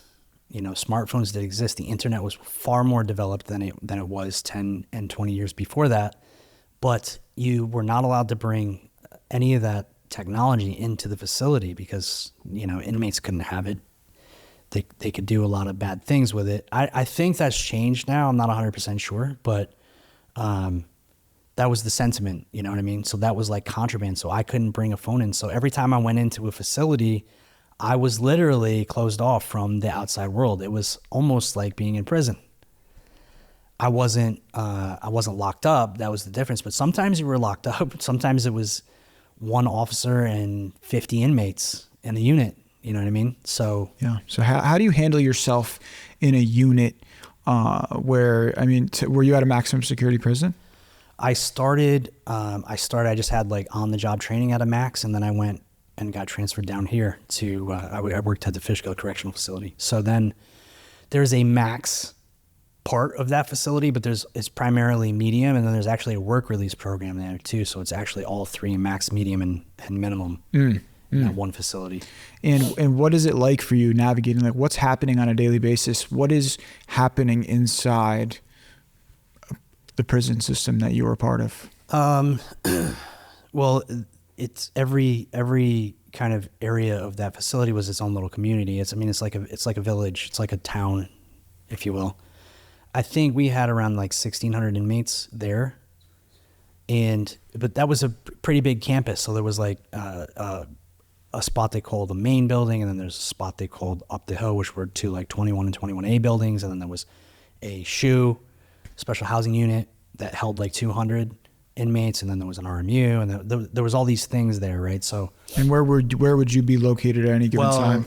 You're kind of like what's called a resource officer. When you first start, they put you wherever they need you. So I got a lot of experience doing a lot of different things. To back up a hair, in the academy, you do have to train on M16, and at the time it was a .38 revolver. You have to get qualified. So it's like a national certification, a municipal police training center certification. And I won this shooting award, as you might guess. Yeah, I won the shooting award. So I got put in the tower kind of a little bit right off the bat. I worked midnights overnight, which was even more scary because. So what is it like working in a tower at a prison? I mean. Boring. Because you're not shooting anyone, are you? No. So you're just on watch. You're doing more Overwatch. 100%. Really? So you're up there in the tower. Now, why? Is that just a protocol? Because people aren't really escaping. Well, that's not entirely true. Like, there was the big escape. There have been escapes throughout history here in New York, and there was one in 2000 and I don't remember the year, 2015, 2016. Are we talking about Dannemora? Yeah. Talking about Clinton Correctional Facility. Yes. Were you there? I wasn't at the facility when they escaped, but I was on the emergency response team, so I was deployed there as part of that crew that was working to find those guys. Yeah. Got it. And I just interviewed someone who was an inmate at the time of Richard, Matt, and David Sweat's stay at Clinton. So tell me from your perspective, being part of the response team, what does that look like? Again, it was like really cool to be a part of the team. It was kind of like furthering my military career, only it wasn't military, it was civilian. I got on the CERT team. I got like extradition certified. I went through the advanced school, got some exposure to SWAT. We did some really cool stuff. After Dannemora, I got even more cool training, but being up there, it was like a military operation. And for me, it was just it was like a trip down memory lane. It was like, I know what I got to do and I do it. Like clearing areas clearing areas, I got put on, I don't know what I did with my phone.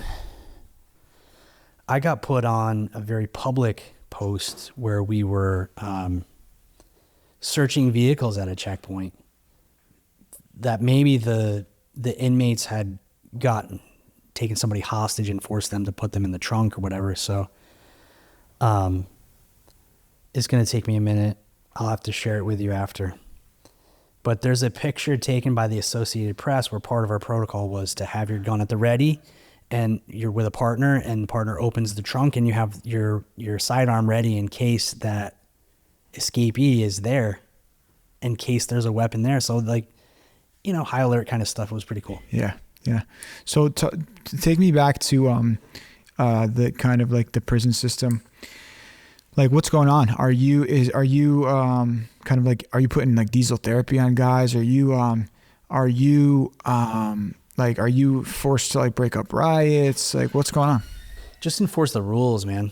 The rules that exist and that people are often trying to break. Yeah. Is there like, do you see a lot of corruption going on, or even like, at least like, forget the corruption part, but like inmates kind of like with contraband and things? Yeah. It's crazy, right? 100%. What's like the craziest thing? It's survival. It's survival in there, right? And they come from a place where, and I'm generalizing, man. I'm generalizing. But they come from a place where that's what they know. And so, that's how they make money. That's how they kind of, their social status and whatnot. That's just what happens. And even if like you're wrongfully convicted, you have to kind of fall into that line to survive, right? So again, it's like survival mode. I can relate to that very well. I can relate to that mindset of doing what you have to do to survive. So eventually that's what it became, is connecting with people. And I don't want anybody to think that I'm connecting and falling in love with inmates or anything like that. You know what I mean? There was a very fine line, and I think I had a reputation that everybody knew that about me. But I gave respect and received respect because of the way that I connected with people, Yeah. How do you, is there a way that you have to carry yourself in order to like demand respect in an atmosphere like that, which is probably a little bit different than, clearing a home in Iraq? What's the conduct like for yourself? We'll say that the actions are different, but the conduct is the same. Like, you just have to be authentic, man. You have to be authentic. If you want to be a tough guy, you better be a tough guy. If you want to be a real guy, you better be a real guy. You know what I mean? You can't fake who you are. And I saw that a lot. People would come in and be in this position of authority, and like, the chest inflates, and I just kept it real. I mean, you have to learn that, though. You don't have to learn how to keep it real, but you have to learn that that's what it takes. You have to learn. Like I said, man, no shit. I was scared going into a prison the first time. Like, fuck, But you learn. You're dealing with people. They're human beings. So it is not, insurgents trying to kill you. They're just trying to survive for the most part. You do get the crazy shit. Like, I've been assaulted, legit assaulted. You asked me before what was the craziest piece of contraband or something like that. Yeah. So this is a very unglorious part of being in corrections. I was a sergeant. I got promoted to sergeant, and I was a sergeant at the time. And an inmate was leaving a visit, and you have to get strip searched on your way out of a visit. And an officer found something hanging out of his butthole, like a string coming out of his butthole, which is class. That's the prison safe. It's classic how you pull the string and you get your goodies out, right? So I was the supervisor in the special housing unit, which is where he would go to get processed. He had to be put on what's called a contraband watch, where an officer's on him literally 24/7 watching him. Go to the bathroom, eat, everything. But wait, what was up there? What did they find? We don't know yet, because he said there's nothing up there. But it's a string. You can't pull it out? I have to supervise a strip search of this guy, right? Okay. So he's bent over at the waist with his hands pulling his ass cheeks apart, and there's very clearly a fucking piece of string coming out of his asshole. And I'm like, bro, and we're on camera and everything. I'm like, do you really want to go through this? You want to go through this where you're going to sit on a shit watch? We would call it a shit watch, because after he takes a shit, an officer has to put on fucking rubber gloves and go through the shit to make sure there's no contraband in it. So, I don't think anybody says, I want to be an officer, a correction officer, when I grow up so I can go dig through someone's shit. It's part of the job, right? And so I'm like, fine, we process this dude, and he goes on the watch. He doesn't want to pull it out. He wants to. He says there's nothing there. He says, I don't know what you're talking about. There's nothing in my butt. There's nothing coming out of my butt. There's nothing in my butt. Okay. So, I mean, obviously there is, but he goes, he processes. And the way it works, right, is I had a partner, so I would do swaps. So I'd work my shift, and then I would work the shift after my shift, which was his shift. It was the other way around. I would work his shift and then my shift. And I would do that for 2 days, and I would have 4 days off. Oh, nice. And he would do the same thing. Or sometimes we'd get 3 days off or whatever. So a lot of time in the prison, but also a lot of time out of the prison. And so that was like on my last shift before I had like 4 days off. I came back to work, and this dude is still on the contraband watch. He hasn't gone to the bathroom yet. He's squeezed out a little bit of diarrhea around whatever's in his ass, but he's still saying there's nothing in his ass. And so I start this shift in the morning, and I'm the supervisor of that housing unit. And in the afternoon, I was also the supervisor of that special housing unit. So I had the whole day there. So it's like, I don't know, 10 hours into my double shift, and I get a call from the officer, one of the officers that's working the housing unit. He says, this guy wants to talk to you. And so the inmate says, I don't remember his name. I do remember his name, but it doesn't matter. So he says to me, yeah, I'm ready to be over with this. I'm like, what do you mean? He's like, yeah, I'm ready to be done with this. Like, there's something in my ass, and I thought I could shit around it. I thought I could get away with it, but I can't. And I was like, all right, so you want to be done with this. So you're going to give me a statement. You're going to tell me everything that transpired. Yep. Okay. So the first thing that we have to do is we have to get that piece of contraband out of your butt. I'm not doing it. I can't, I'm not going to, first of all, it's not even legal for me to do, but I have to watch this guy reach back and pull whatever's in his ass out of his ass. And I have to make sure that he doesn't like try to eat it or try to hide it so that we don't have evidence, right? It's insane. So anyway, this dude gets down into like the craziest stance I've ever seen with his ass cheeks spread, and he reaches around and he tugs on the string and it like gives it a few tugs, and it took probably a solid 60 seconds, and he pulled this bag of marijuana out of his ass. But it was like this big around. It was like this big. I don't even know how much fucking marijuana that is. It was crazy. I could not, it was like my arm up his ass.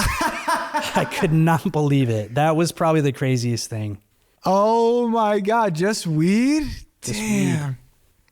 Damn, he was carrying that thing for 10 days?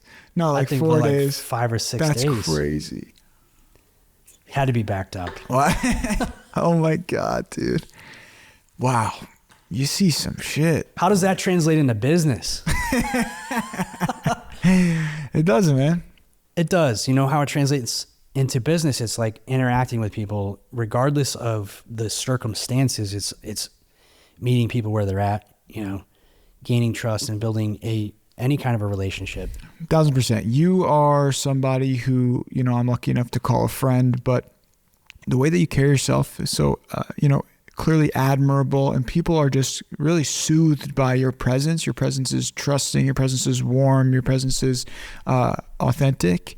So I'm lucky to call you a friend and an associate. You make me blush. Yeah. Well, it's true, and it should be. You know, I like to give people their flowers when they're still alive. You know. Yeah. So thanks. When they're here in the room with me. So thank you for sharing. I think we should probably just do some more versions of this in iterations, part 2, part 3. Good, yeah. Therapeutic for me. Yeah, it was great. And I appreciate you, Justin Sharp. So thank you for being on Secrets, man. Yes, sir. Yeah.